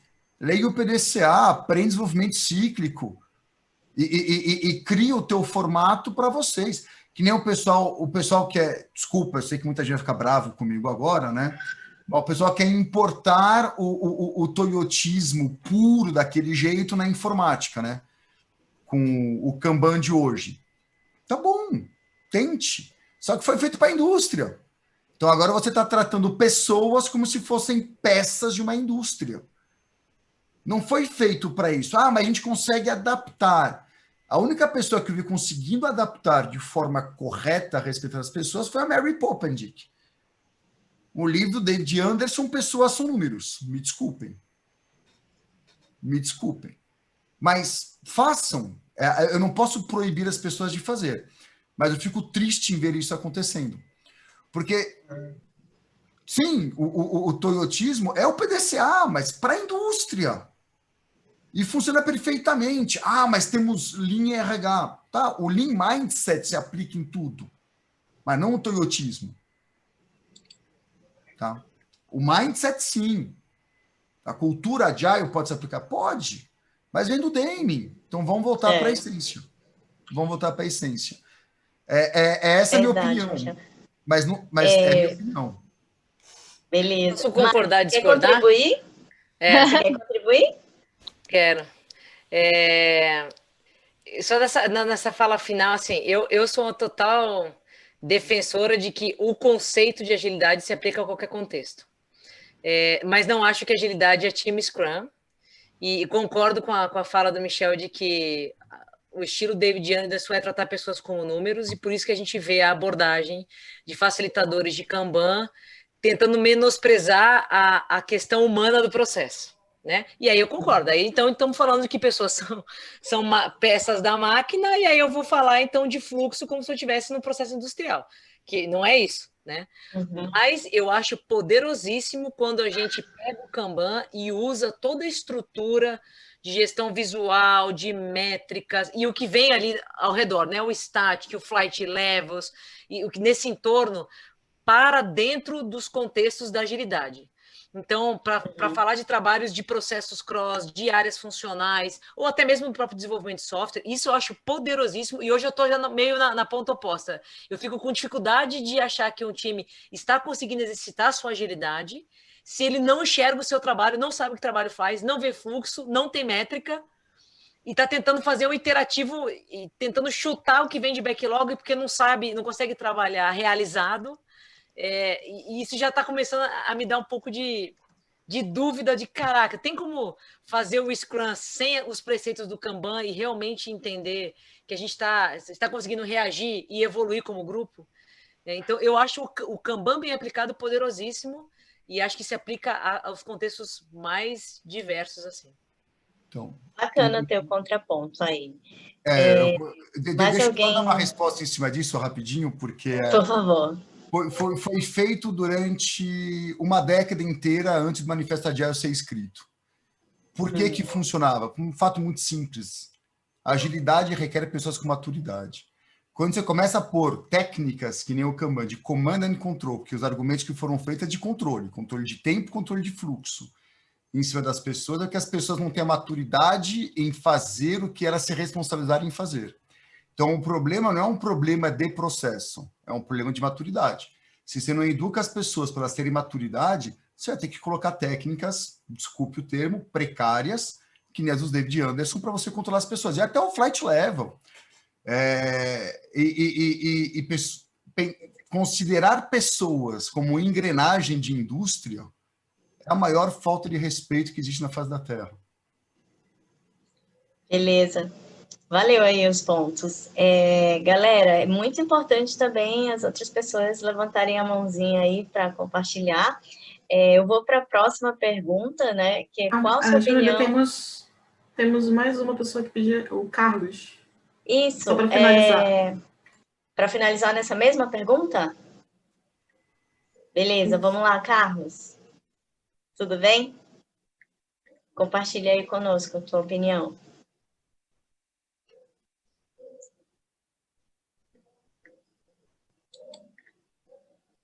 Carlos, confirma se você está no mudo. Agora foi. Oi? Acontece. Agora foi, né? Eu só queria perguntar, né, no sentido de entender mesmo, né, essa visão. Eu entendo, eu também concordo que o processo, tipo, não deve ser para a gente maquinar e nem industrializar as pessoas, não é para desvalorizar as pessoas, né? Mas se você não abarca, não cultiva um ambiente que possa, as pessoas possam crescer, possam desenvolver essa maturidade, como é que você vai trazer essa maturidade? Você simplesmente vai pegar na mãozinha dela e aí fala... E aí, para mim, isso daí é microgerenciamento ou comando e controle, né? Tipo, não, só tem o meu jeito certo de fazer e aí você vai desenvolver a maturidade que eu quero. Pelo menos eu vejo nesse sentido. O Denis sempre deixou... funcionamento. Então, Carlos, o Denis sempre deixou muito claro, tá? Quando você mede, você tem o que você mede. Se você mede horas, pessoas entregam horas. Se você mede produtividade, pessoas fakeam produtividades. Então, você tem o que você mede. Se você quer ver aumento de performance, você vai ver aumento de performance. Só que você vai ver aumento de performance dos números que você mede. Então, o problema é o seguinte, o que custa mais caro dentro de qualquer processo que você está querendo ter melhoria contínua é você medir errado. E o DSDM deixou isso muito claro. O DSDM, ele fala, se você mede produção dentro da informática, você não tem resultado. Você tem que medir impacto, tem que medir resultado. Você tem que medir o quanto você agrega de valor para as pessoas que usam o teu produto. Essa é a medição mais importante. Então, a maturidade que você tem que levar é você levar as pessoas a perceberem esse impacto. Tá? Que nem, por exemplo, vamos pegar o exemplo do Scrum mal feito. Você pega a Sprint Review, diz bem claro que na Sprint Review, a Scrum Team e os stakeholders juntos analisam o resultado da Sprint para decidirem o que vai ser feito depois. E o que eu vejo no mercado de pessoas que usam técnicazinhas de command and control dentro do Agile? A equipe de desenvolvimento entrega para o PO. Isso não é Agile. Isso é mini waterfall, só que você está fazendo entrega interna. É aí onde está o problema. Então, você tem o que você... O Demi sempre disse, e o Demi sempre falou que se você quer evoluir o comportamento das pessoas, você tem que mutar constantemente o teu processo em torno delas até você achar o processo que funciona para elas. E são todas diferentes. Então, a mutação constante do processo, primeiro, chama-se respeito ao humano do jeito que ele é, porque o processo se adapta à pessoa e não a pessoa ao processo. Muito bacana. Podemos seguir para a próxima pergunta, que eu acredito que seja direcionada ao tema da Mari. Culturas diversas. Calma aí, gente, estão subindo aí os slides. Culturas diversas ou cultura da empresa? E aí, Mari, você que falou de diversidade, o que pesa mais aí na balança, hein? Qual a tua opinião sobre isso? A pergunta é o que é mais... Porque, acredito que seja o que pesa mais. O que é mais relevante? Culturas diversas ou cultura da empresa? É que todo ambiente que a gente é inserido tem alguma cultura que se estabelece ali, né? É um pouco daquela certa, entre aspas, normalidade, como a gente fala, isso aqui é normal, né? Isso em casa, isso em qualquer lugar que a gente frequente, né? Cultura de um grupo e tudo mais. Então, existem empresas ou organizações ou núcleos que naturalmente, né, que o estado atual é mais ou menos diverso, mas quando a gente fala de tornar as coisas mais diversas, a proposição é que isso impacte a cultura que se existe lá naquele momento. Então, eu tenho um estado inicial, se eu quero provocar algum tipo de transformação ou de mudança, eu vou trazer, então já vi o complemento ali da pergunta. Eu vou sair do estado de cultura A para ir para o estado B. Na hora de trazer pessoas, tipo entrevista, foi um pouco da polêmica recente, né? Sinceramente, assim, se você vai... Uma coisa é você achar um fit mínimo do comportamento ou pensamento daquela pessoa com a cultura existente, ou porque você acha que a cultura tem que ser aquela, que ela é boa o suficiente, ou porque você também não quer evitar algum tipo de dissonância que não seja sustentável, né? Porque também quando a coisa é muito desencaixada, a pessoa não fica. Então, e aproximar o mínimo dessa visão da pessoa, né, e do aparente comportamento dela com os aspectos culturais existentes, parece ser uma coisa importante, porque senão a pessoa não consegue minimamente se ambientar. Por outro lado, se eu estou querendo trazer diversidade e pontos de vista diferentes, eu tenho que trazer pessoas que não estão exatamente enquadradas na cultura da minha organização, senão eu não vou mudar. Esses tempos eu conversei com um colega que está numa empresa concorrente da Bain, uma empresa grande também, estratégica e tal, e ele estava me contando um pouco das dificuldades, e essa consultoria, diferentemente da Bain, a Bain está começando a trabalhar com especialistas há pouco tempo, e ainda coisas muito específicas. Na empresa que ele trabalha, eles criaram núcleos de trabalho diferentes. Trouxeram desenvolvedores, trouxeram designers, trouxeram um monte de pessoas com capacidades, habilidades muito diferentes daquele formatinho do consultor generalista que essas empresas têm. E ele estava dizendo, no português informal, as tretas. As dissonâncias, as brigas, os mal-entendidos, as expectativas que não encaixam pelos estilos muito diferentes. E aí, é claro, para quem estava lá antes, fica incômodo, né? Quem que teve essa ideia de trazer esse povo diferente para cá? A questão é, essa é a estratégia da empresa, é proposital. Eles estão levando pessoas que têm formações, histórico, papéis diferentes na empresa para forçar uma mudança de mentalidade e, consequentemente, de comportamento e, consequentemente, de cultura daquela organização. Isso incomoda? Incomoda. Por quê? Você está saindo de um estado A e você está indo para o estado B. Né? Você está mudando a condição daquele ambiente. Então, precisa de predisposição, de cabeça aberta, né? Precisa querer entender o outro. Cara, que se a gente for pensar, não é muito diferente do que a gente tem que fazer em casa com família. Agora que eu sou mãe, estou vendo isso aí, né? De perto. Antes, quando é relacionamento, é uma pessoa só. Quando você tem vários filhos, é um por vez, né? Você tem que exercitar o entender o outro. Isso toma energia, isso não é um negócio que é tão fluido para a gente, né? Mas é sobre isso que a gente está falando quando a gente fala de empatia e quando a gente fala isso de mesmo. E aí eu gostaria de perguntar aí para a galera quem gostaria também de compartilhar a sua opinião, alguma percepção convergente ou divergente com relação a essa pergunta.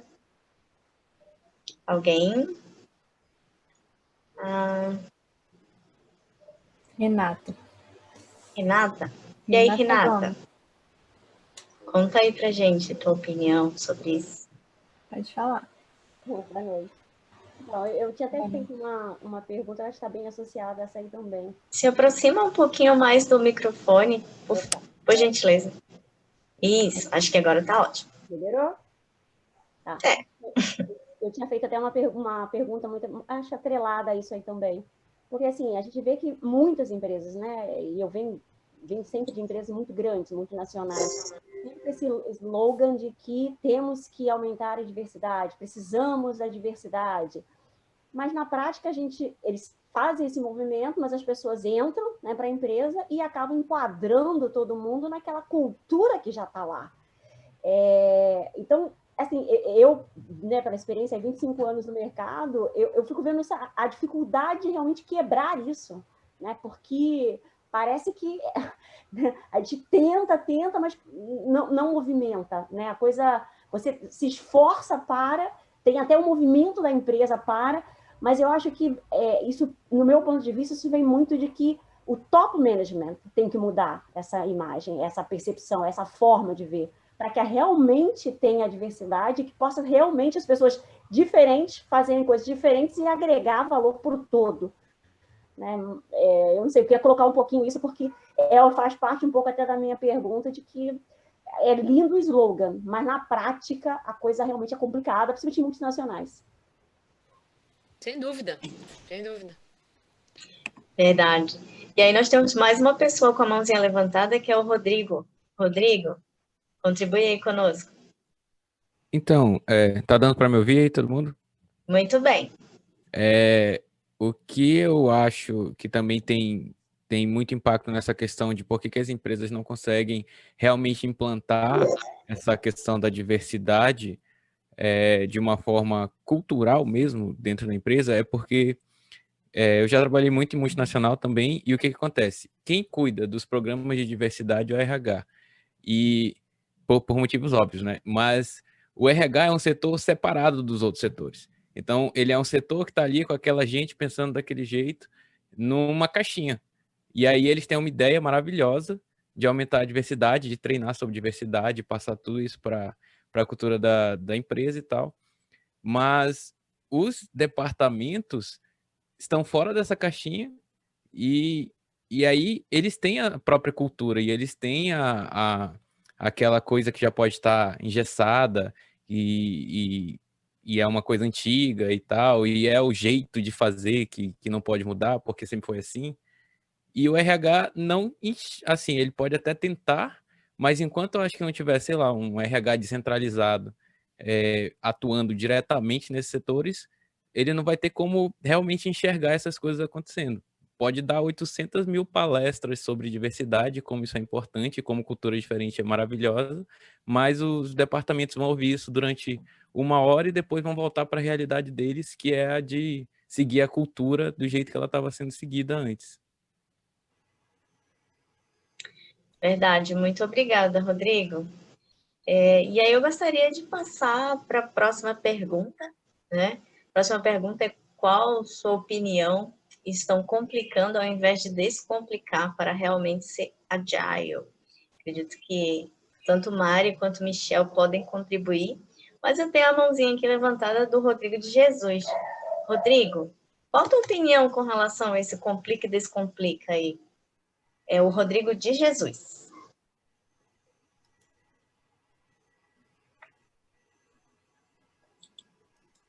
E já tinha levantado a mão para a pergunta anterior.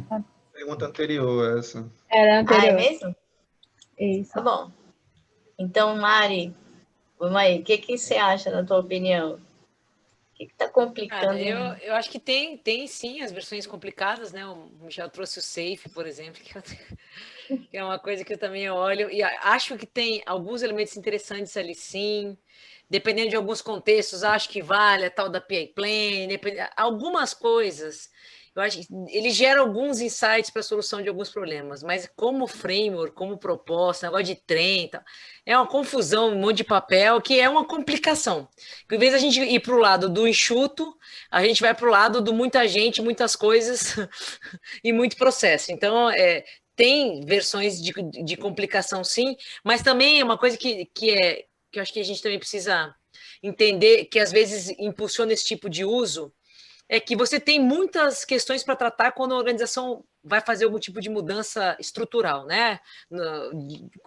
Esse cunho de transformação. Uma delas é um monte de gente que tem ali.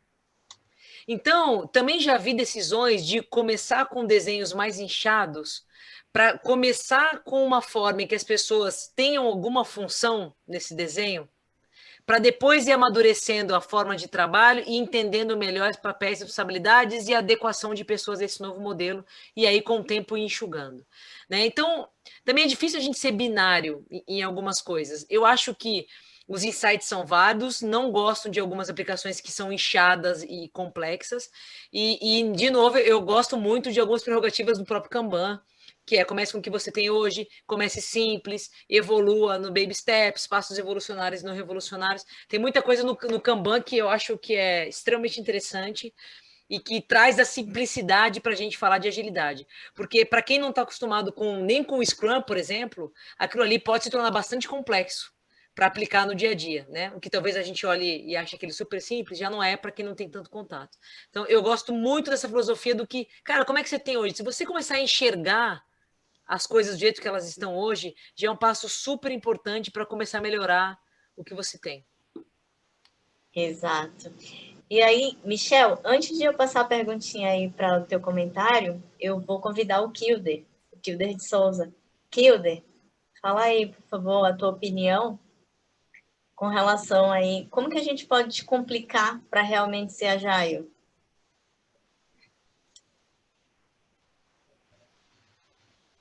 E aí, Kilder, confirma se ainda está no mudo.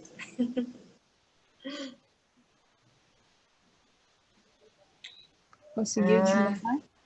Kilder não conseguiu tirar do mudo. Medeiros, consegue ajudar? Tá me ouvindo agora? Agora sim. Sim. Glória. Bom, só comentar uma coisa assim sobre essa questão, por que a gente está complicando tanto, né? Os frameworks, Kanban, Scrum, XP, eles são grandes catalisadores da agilidade, né? Eles servem para você fazer a agilidade sem perceber que está sendo ágil. Então, quando você consegue fazer os funcionar devidamente, está acontecendo e tudo mais. Eu vou só soltar uma frase e vou sair. Então, vou deixar aqui, se alguém quiser comentar, fala em cima. Isso. Bom. Olha lá, hein? Então, lá vai. Nós estamos complicando a agilidade, inventando um monte de modo, um monte de palavras, um monte de termo, para manter-nos empregados. Tá? A gente está reinventando toda hora, buzzword o tempo todo, para quê? Olha, esse cara sabe. É só isso que eu ia falar. Obrigado. Hilder, você simplesmente acabou matando a minha resposta, porque esse é o único motivo pelo qual...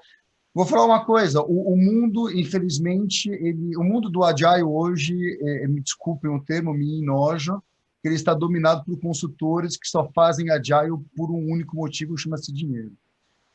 E cada vez temos mais pessoas que não entendem da agilidade. E só uma coisinha, na verdade, o Semi-Works, XP, Scrum, DSDM, ASD, eles criaram o Agile, ok? Então, o Agile é um resumo disso. E esse Semi-Works é um basta exatamente contra as grandes consultorias.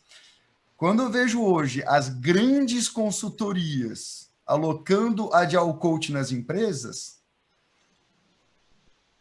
isso prova que é por isso que o meu negócio deu merda, vamos voltar para trás, né? E sim, exatamente isso. O pessoal quer guardar o emprego e o pior, a quantidade de incompetente que consegue emprego nesse mercado hoje é gigantesco. Interessante a provocação aí. Tem uma pode pessoa que quer responder? contribuir. Por favor, o Diogo está na fila aí, mas por favor, Mari. Cara, eu acho assim, realmente a gente vê muita gente que não entendeu do assunto atuando com papéis do assunto. Scrum Masters, Agile Coach, Barará, né, e POs e tal. Mas assim, eu não conheço nada no universo que nasce pronto. E eu acho que é inegável, pelo menos do meu ponto de vista, falar o quanto esse tema de agilidade nas interpretações das mais diversas mexeu com o mercado ao longo dos anos. E, para mim, isso é um baita critério de sucesso. A gente está vendo, que nem eu falei, empresas de diversos segmentos, de diversos tamanhos. Tudo bem, concordo. Gastando dinheiro pra caramba. Isso faz safe, desmonta safe, tenta A, desmonta B. Sim, mas tentando reagir a uma pressão de mercado, como eu mostrei em pesquisas que vêm também de pesquisas que mostram que as empresas trazem resultados diferenciados, se ferrando para contratar os tais dos talentos ou as pessoas que de fato conhecem, né? Se degladiando por essas pessoas. Então, para mim, é um baita critério de sucesso. Para passar longe de ser um fracasso. E por que as grandes consultorias, como a que eu estou trabalhando, se envolvem nesse assunto? Porque vivemos em empresas hierárquicas, a gente pode falar de O2, de empresas 100% verticais, podemos. Estamos anos-luz, e não é só por causa das empresas, é por causa do nosso estado profissional, né? A gente recorrentemente espera que venha um direcionamento, a gente recorrentemente espera ser direcionado. Tem muita essa questão educacional, histórica, etc. Mas a gente vive em empresas hierárquicas e vai demorar muito tempo para deixar de ser assim. Se a gente vive em empresas hierárquicas, de lideranças que estão no topo, de outras gerações, que não as nossas, né? Porque leva tempo para chegar lá, por muito tempo elas resolviam as coisas sozinhas, ou se bebiam das grandes consultorias para achar as mesmas soluções tradicionais. Agora, pelo menos, elas continuam se licenciando nas consultorias grandes, médias ou pequenas para tentar fazer alguma coisa diferente para o seu mercado e para suas organizações. E eu digo com segurança porque eu estou fazendo parte desse grupo. É muito bom você estar numa consultoria estratégica que fala com C-Level, que a gente que está ali na base, pena a vida inteira, não consegue nem falar com o diretor para resolver um problema, às vezes anos dentro de uma organização. Você entra numa organização patrocinada pelo C-Level, que te escuta, porque está pagando e não é barato por isso. O que você sugere, a galera faz. E hoje eu tive numa sessão que a gente falou com 160 pessoas impactadas por uma mudança que a gente está proporcionando. Cara, é uma condição de impacto completamente diferente. Então, eu não brigo com as grandes consultorias, eu faço parte delas para fazer esse tipo de movimento que eu internamente acho positivo para o mercado e para elas de uma maneira exponencial. Eu acho que é isso que a gente tem que fazer. Não adianta dizer que as consultorias são nocivas e que as pessoas ganham dinheiro com elas. Cara, então vamos ajudar a usar esse grande elemento que existe no mundo organizacional para fazer a coisa ficar melhor, certo? Isso aí. Vai lá, Diogo. Eu convido o Diogo aí. Diogo, Bom, qual a tua contribuição? eu penso que a gente... Beleza, obrigado. Eu penso que a gente acaba complicando mais, ao invés de descomplicar, porque a gente não entende o problema que a gente quer resolver com determinada prática ou ferramenta. Eu creio que, ok, o ágil é um meio para resolver alguma coisa, mas resolver o quê? Né? Isso me preocupa a nível que C-Level não enxerga isso. Talvez C-Level saiba, sim, o que ele está tentando resolver, talvez não, mas talvez sim. E ele está tentando, está chutando, né? E tem essa gama aí na comunidade falando, você tem que fazer o modelo Spotify, que ele já tem toda essa estrutura aqui. Você tem o modelo XPTO, que tem todo esse gesso aqui para você implementar. E ele precisa de ajuda, né? Eu acho que acaba sendo nosso papel, de fato, vamos tirar o Safe, vamos tirar o Nexus, vamos, cobramos caro, mas é a forma que a gente tem para ajudar nesse sentido, sabe? E é isso mesmo. E aí, vamos para a próxima pergunta? Próxima pergunta mais votada, acredito que é conhecer. Conhece a tua história para poder conhecer a si mesmo, né? Foi uma citação aí, foi feita na palestra. E aí eu pergunto, por que há profissionais acreditam que aplicar uma metodologia sem conhecer a história dela dará certo? E aí, Michel, essa citação assim, de conhecer a história desde o lado dos primórdios, como você mostrou, desde 1900 e bolinha, por que você acha que os profissionais estão acreditando nisso sem ter essa base, né, de conhecer a história? Então, uma coisa muito simples, né? Se você não conhece as origens, se não conhece as dores que as pessoas tiveram para chegar onde chegaram, você dificilmente vai conseguir valorizar o que foi feito. Tá? Então, esse é uma primeira coisa muito importante. Okay? Por exemplo, eu sou filho de pai que foi exilado de guerra, e meu pai sempre ensinou muito valor de ter tudo, perder tudo e reconstruir. Então, ele sempre insistiu em contar a história para a gente poder valorizar o que a gente tinha. Então, conhecer a história, conhecer de onde as coisas vêm, te ajuda a valorizar muito mais o que você tem em mãos. Por exemplo, as pessoas não entendem uma coisa muito simples, né? Quem já trabalhou com pessoas de fora, dizendo para a equipe de desenvolvimento a sequência, a forma de trabalho, desconhecendo completamente o impacto que isso fazia na qualidade do seu trabalho, e tendo que seguir essas formas de trabalho, e quando não conseguia entregar, eles eram culpados pela não entrega, sendo que eles não tinham tido direito de tomar decisões. Quem não vivenciou essa época dificilmente vai entender o que é hoje você ter o direito a chegar numa reunião e falar, olha, eu discordo, eu acho que dá para fazer de outra forma. Né? Quem já trabalhou dentro de cubículozinhos, naqueles escritórios antigos, cada um sua salinha, né, com seu computador, né, e que vinha o gerente de projeto todo dia de manhã e falava assim, quantos % da atividade? Essa pessoa sabe o que aconteceu. Então, quando você conhece a história de como o Rapid Application Development veio trazer um equilíbrio, veio trazer uma alternativa, veio construir formas, e aos poucos foi crescendo, e nos anos 90 foi uma explosão, né, que aconteceu. Né? E para se chegar no Manifesto Agile, dificilmente as pessoas vão valorizar. Por exemplo, eu trabalhei em formatos onde a gente usava DSDM para a parte de produto e XP para a parte de organização e operação. E eu tinha o customer, quer dizer, quem paga na sala, e eu tinha o utilizador sentado do meu lado. Full time. E eu vi o quanto isso traz de valor agregado, o quanto isso permite a gente ser assertivo no trabalho. Né? E quando isso foi para o sistema hospitalar, quando você vê a enfermeira interessada em entender como funciona uma relação entre duas tabelas do banco de dados para poder te ajudar a pensar melhor na regra de negócio para você conseguir trazer para ela a informação que ela quer, né? E isso é uma coisa que eu vivi, eu vivo, e eu trago isso para minhas equipes até hoje, né?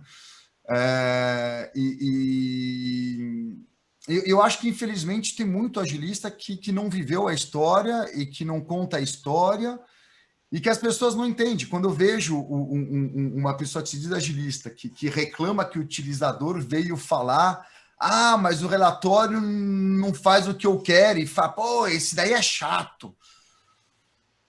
Falo, pelo menos ele dá feedback, né? Então, quem não conhece a história, quem não sabe de onde tudo isso vem, raramente valoriza o que se tem.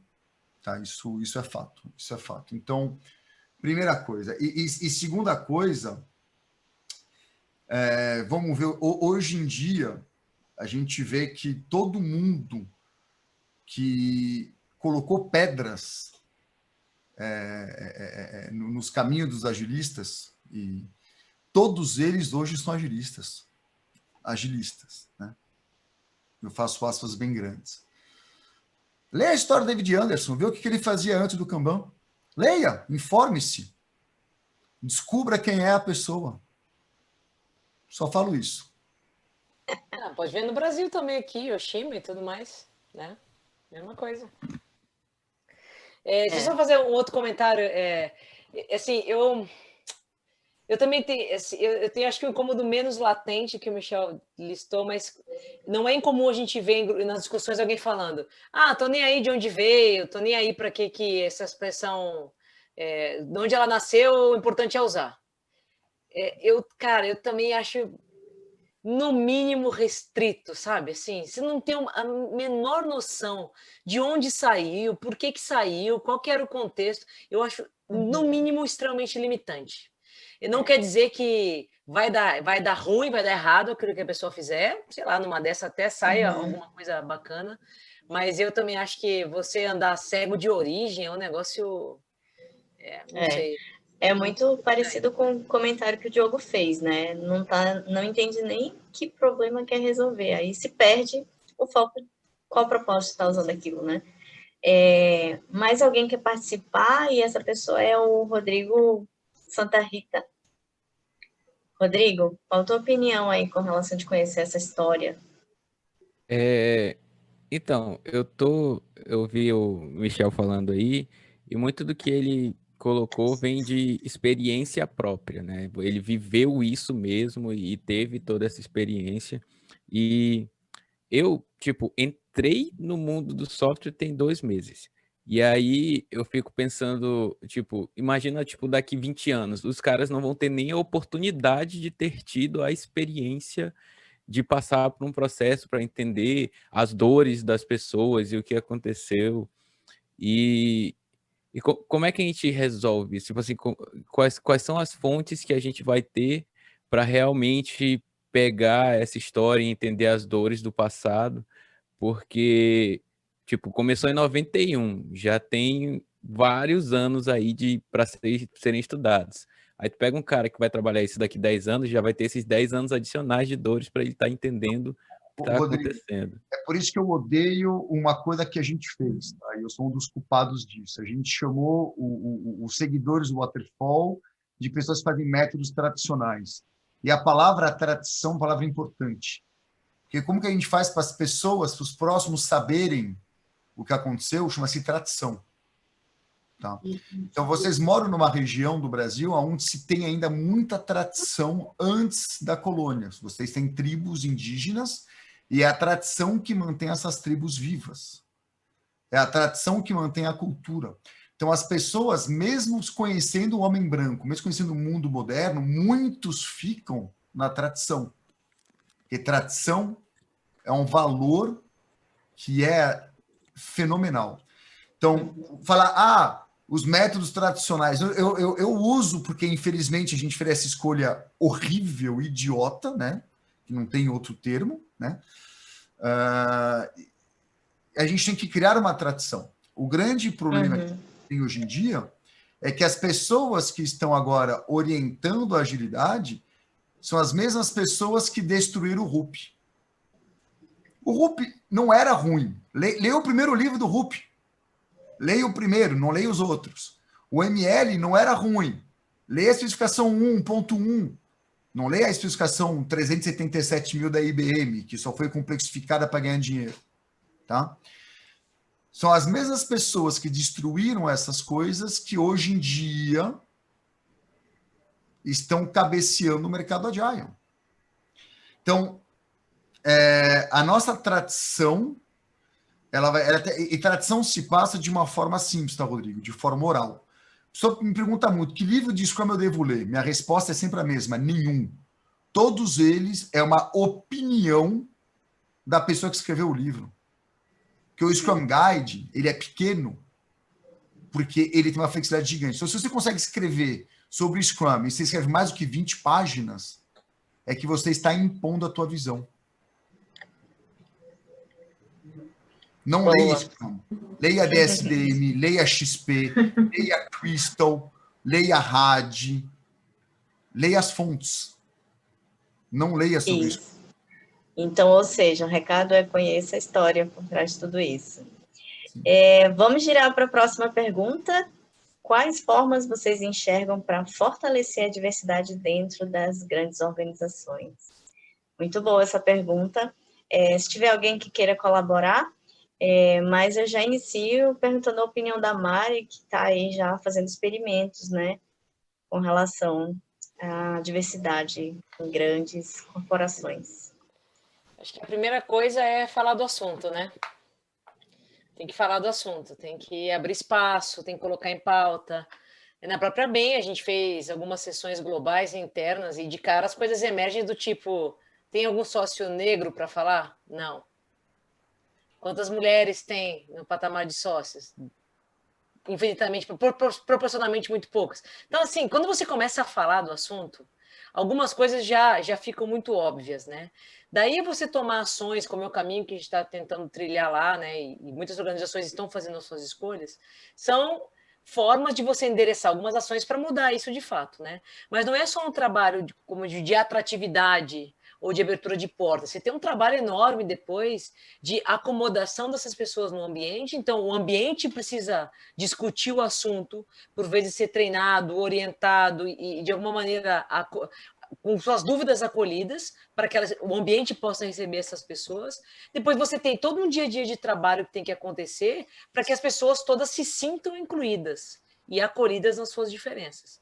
Não é fácil, é extremamente complexo, mas para mim o primeiro ponto de partida é falar do assunto, né, e começar a tentar endereçar ações com a clareza de que, se a gente fala de uma jornada de uma pessoa dentro de uma organização, e se a gente quer impulsionar trabalho integrado, colaborativo, multidisciplinar, isso não é só atrair e arrumar formas de colocar para dentro, mas você tem que acompanhar todo esse processo antes, durante, né, até o depois, para ter feedback também, de maneira que você consiga achar passos incrementais também de acomodação de um novo ambiente, que, como diria das frases que eu coloquei lá, né, não tentem, e foi falado aqui, não tentem encaixotar as pessoas que chegam, mas cria espaço para acomodação, uma nova mistura passa a existir de fato no ambiente. Né? Não é um trabalho simples. Verdade, Mário. E aí tem uma pessoa que quer contribuir, que é o Geider. Geider, fala aí alguma coisa que você acredita que pode ajudar a fortalecer essa diversidade. Acho que a mãozinha levantada é para a pergunta anterior, mas foi respondida no meio dos comentários, tá bom? Obrigado. Você quer contribuir com essa questão da diversidade? Dar alguma opinião sua? Ou o que você enxerga aí no ambiente que você está inserido? Eu acho que está muito alinhado ao que a Mari comenta, né? Eu acho que é o primeiro passo, vamos conversar sobre, né, ouvir a opinião das pessoas ali e começar a mudar o pensamento, né, ao redor, digamos assim, dos participantes. Eu acho importantíssimo esses gráficos que a Mari apresentou aí no decorrer da apresentação dela. Foi muito feliz trazer esses gráficos, porque são realidades que dão um certo choque, né, dando um certo impacto do quanto que a gente deve refletir sobre isso. Mas eu acho que é isso. O primeiro passo é a gente sentar e conversar. Esse que é o primeiro start. Obrigada, Geider. E aí, encerramos aqui o nosso tempo de Open Space. Eu queria que todo mundo desmutasse e aí falasse, tá pegando a mim. Tá acabando. Quero mais. Então, era isso, pessoal. Mais uma vez, toda a organização aqui do Agile do Django Live agradece a presença de vocês e o tempo. E vamos lá, seguindo em frente para conseguir realizar o nosso Gathering ano que vem, 2021. A gente vai ter o maior prazer em receber vocês aqui. Mais alguém? Espera um pouquinho. Tem foto também. Espera aí, deixa eu arrumar aqui. Calma aí que a Lu é a nossa sobre fotógrafa oficial. Isso. Pentei o cabelo, Michel. Sobre o comentário do Carlos aí, podem colaborar lá no LinkedIn, hein? Lá no grupo, pode mandar para lá as perguntas, todo mundo se encontra por lá. Já, sorri aí, gente. Cadê? Liga a câmera. Eu depois de cabeça para baixo. Liga a câmera. Já voltou. Olá. 1, 2, 3. Todo mundo sorrindo. Pode fazer legal, fique à vontade. Sempre rapidinho, né? Calma que tem mais um só. Aí. Foi? Foi. Parece sim. Muito obrigada. Obrigada. Fazendo, né? Pegou a manha. Foi rápido. Pessoal, também não esqueçam do feedback, né? Por favor, compartilhem o link do feedback. Muito importante para a gente melhorar o evento, né? Melhorar as próximas edições. E nos vemos com certeza no Agile the Django Scrum Gathering. Valeu Mari, valeu Michel.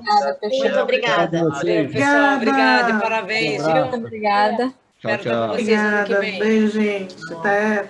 Beijo, queridos. Adorei vê-los. Bom descanso. Beijão. Pessoal. Boa descanso. Valeu. Obrigada. Obrigada, gente. Foi maravilhoso. Brinde remoto aí, hein, Diogão? E nessa loucura Aqui, ó. de dizer que não quero, eu vou negando essa aparência. Vocês estão... Ano passado teve show, né? Não pude deixar de botar ele, só pra gente relembrar, né? Ano que vem a gente faz ao vivo. Ano que vem faz ao vivo, Mari. A Globo não mostra. Obrigada, Michel. Tchau. Valeu, Michel. Que horas é aí, Valeu, Michel? Valeu. Aqui é 1 da manhã. Tá Eu tranquilo. acordo às 6 para dar aula que eu dou aula no final de semana. E máximo. Obrigada aí Obrigada. pelo comprometimento. Vou dar aula para Michel. pessoas desempregadas. Bom. Muito bom. Top. Boa sorte. abraço. Tchau. Abraço. Valeu, Michel. Obrigado pelas provocações.